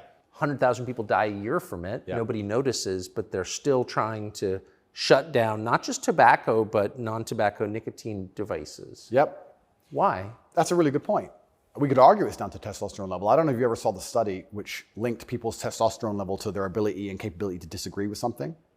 So they did a study which is pretty self-explanatory. The higher your testosterone level, the more likely you are to disagree with a point. And the reason for that is because, especially in older times, if you're going to disagree with something, you had to fight over it. Yeah. If you're going to say no to somebody or some tribe or some person, there's a high chance that you're going to have to fight that person. You have to defend your idea. If you don't have the propensity or the capability to defend your idea, then why would you go against the ideas of the people who are stronger than you?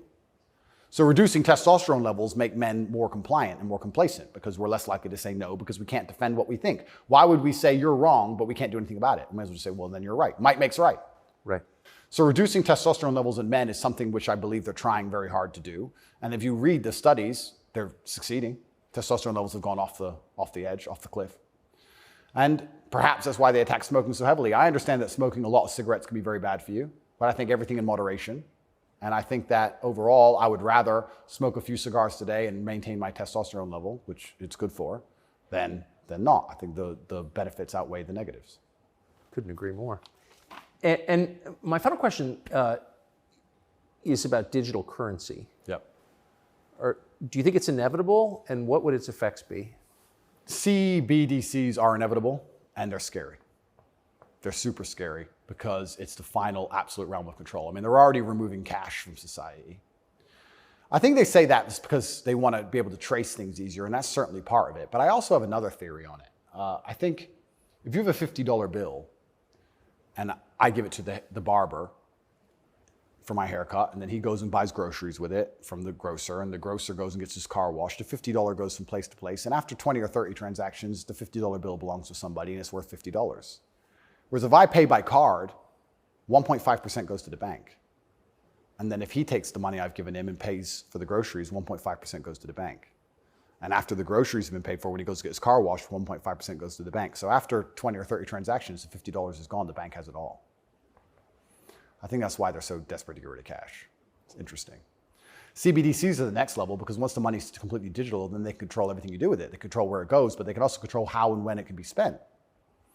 Imagine some terrible future dystopian society where your money arrives and they say it can only be spent on food, or it can only be spent on vegetables because you've had too much meat this week, or you can't buy transport to a particular area because there's resistance to government oppression in that area. So your money won't work for trains right now because nobody can go down there because we don't want everyone in a large group. We want everyone at home in their pods. And they can track everywhere it goes, and they can also track how it's spent, and they can control how it's spent. They can put a time limit on it. You have an hour to spend this money. Scary. Like, think of all the ways they can inflict control over it. And I think this is actually one of the reasons why also I'm disliked. The BBC said this to me when they interviewed me. They said, Lucy, the very intelligent BBC reporter, said, word for word, you have a Bugatti and a cigar, and that means it comes with a side order of misogyny. I said, how does having a Bugatti and a cigar come with a side order of misogyny? And you can order misogyny on the side? Looks like it. It's like a sauce. And she repeated it because she couldn't. Yeah, you have a Bugatti and a cigar, and it comes with a side order of misogyny. So I was like, but they're not sending their best. Yeah, I don't think they have any best, to be honest. But the point they're making, what she doesn't realize she's making, because she's not smart enough, but what she wanted to say, but she couldn't say in a way which sounded negative, is financial freedom is required to a degree to resist. The reason I'm also disliked is because I'm financially successful. If I was broke, they wouldn't care what I say. But I inspire young men, all of my fans, to become wealthy. And you'd think that'd be fantastic for the society, right? He has millions of young men. He's teaching them to work hard. He's teaching them different ways money can be made. He's teaching them to be fantastic salesmen. He's helping the society. No, because if you have a whole bunch of money, then you can sit and say, no, I don't need your wage. That's bullshit. There was a video very recently of a guy in England taking down all the English flags and putting up pride flags. And a guy screams to him and goes, bro, you're taking down the wrong flag. And he replied, I know, mate. And the point is, what can I do? I'm a flag guy. If I say no, someone else will do it. Kids got to eat. So by keeping your money enslaved, they can keep you enslaved. You got to eat. They don't want men to be financially free. If you're financially free, if you have enough money in the bank, you can one day go, you know what? I don't want your money. Even me now to this day, I've done enough and I'm successful enough that it's very hard for them to buy me. They come along, well, I would never sell my soul anyway because it's not who I am as a person. But if I was destitute, they could come along and say, Andrew, you have all this influence. We're going to change your message. You're going to say this. We're going to give you 10 million. Okay. You can't buy me. Can't buy Trump. He's rich already. He's rich and he's 80, 70 something. You think he needs more money? He doesn't care about money. They don't like that. So being financially free in and of itself is now an act against the government, because this whole idea that they want everyone to be rich and it's fantastic for the society, I'd actually argue against that. They don't want that. They want everyone destitute, because when you're destitute, you need the government to feed you. And it's very hard to fight against the government who's feeding you. It's very hard to resist the people who give out the bread. Yeah. I think that's called something. It begins with C. What's it called? Interesting. I also heard another interesting theory from a very intelligent person one day, and it was that every government on earth, all of them, in all of their different forms, China, which says it's communist and is capitalist, and all the different in-betweens to the capitalist West, every government on earth is slowly encroaching on trying to become as controlling as powerful as possible. They all want to be as controlling as possible over their citizens. Communism is the end result of the most control a government can have, effectively, or some version of communism. But every single government on earth is slowly trying to get there bit by bit. And the only thing that resists them getting there is the populace and how much the populace will accept. And depending on how malleable the populace is, depends on how quickly they get there. But every government wakes up. It's kind of like AI. Have you ever heard the robot's going to destroy us all because they wake up and go, we don't need the humans anymore? Their end goal is just survival. If a government is the same as an entity, its end goal is more and more control. And that's all they're trying to do every single day with every law they pass, with the climate change law. They don't care about the environment. They want more control. Of course. And the more and more control they get, the final end result, if you give them what they want, is absolute slavery for everybody. So you have to be very careful, because that is their ideal government. The ideal government is where everyone complies, everyone obeys, everyone's controlled, we know everything about everybody, and it's slavery. That's the only way to get that state.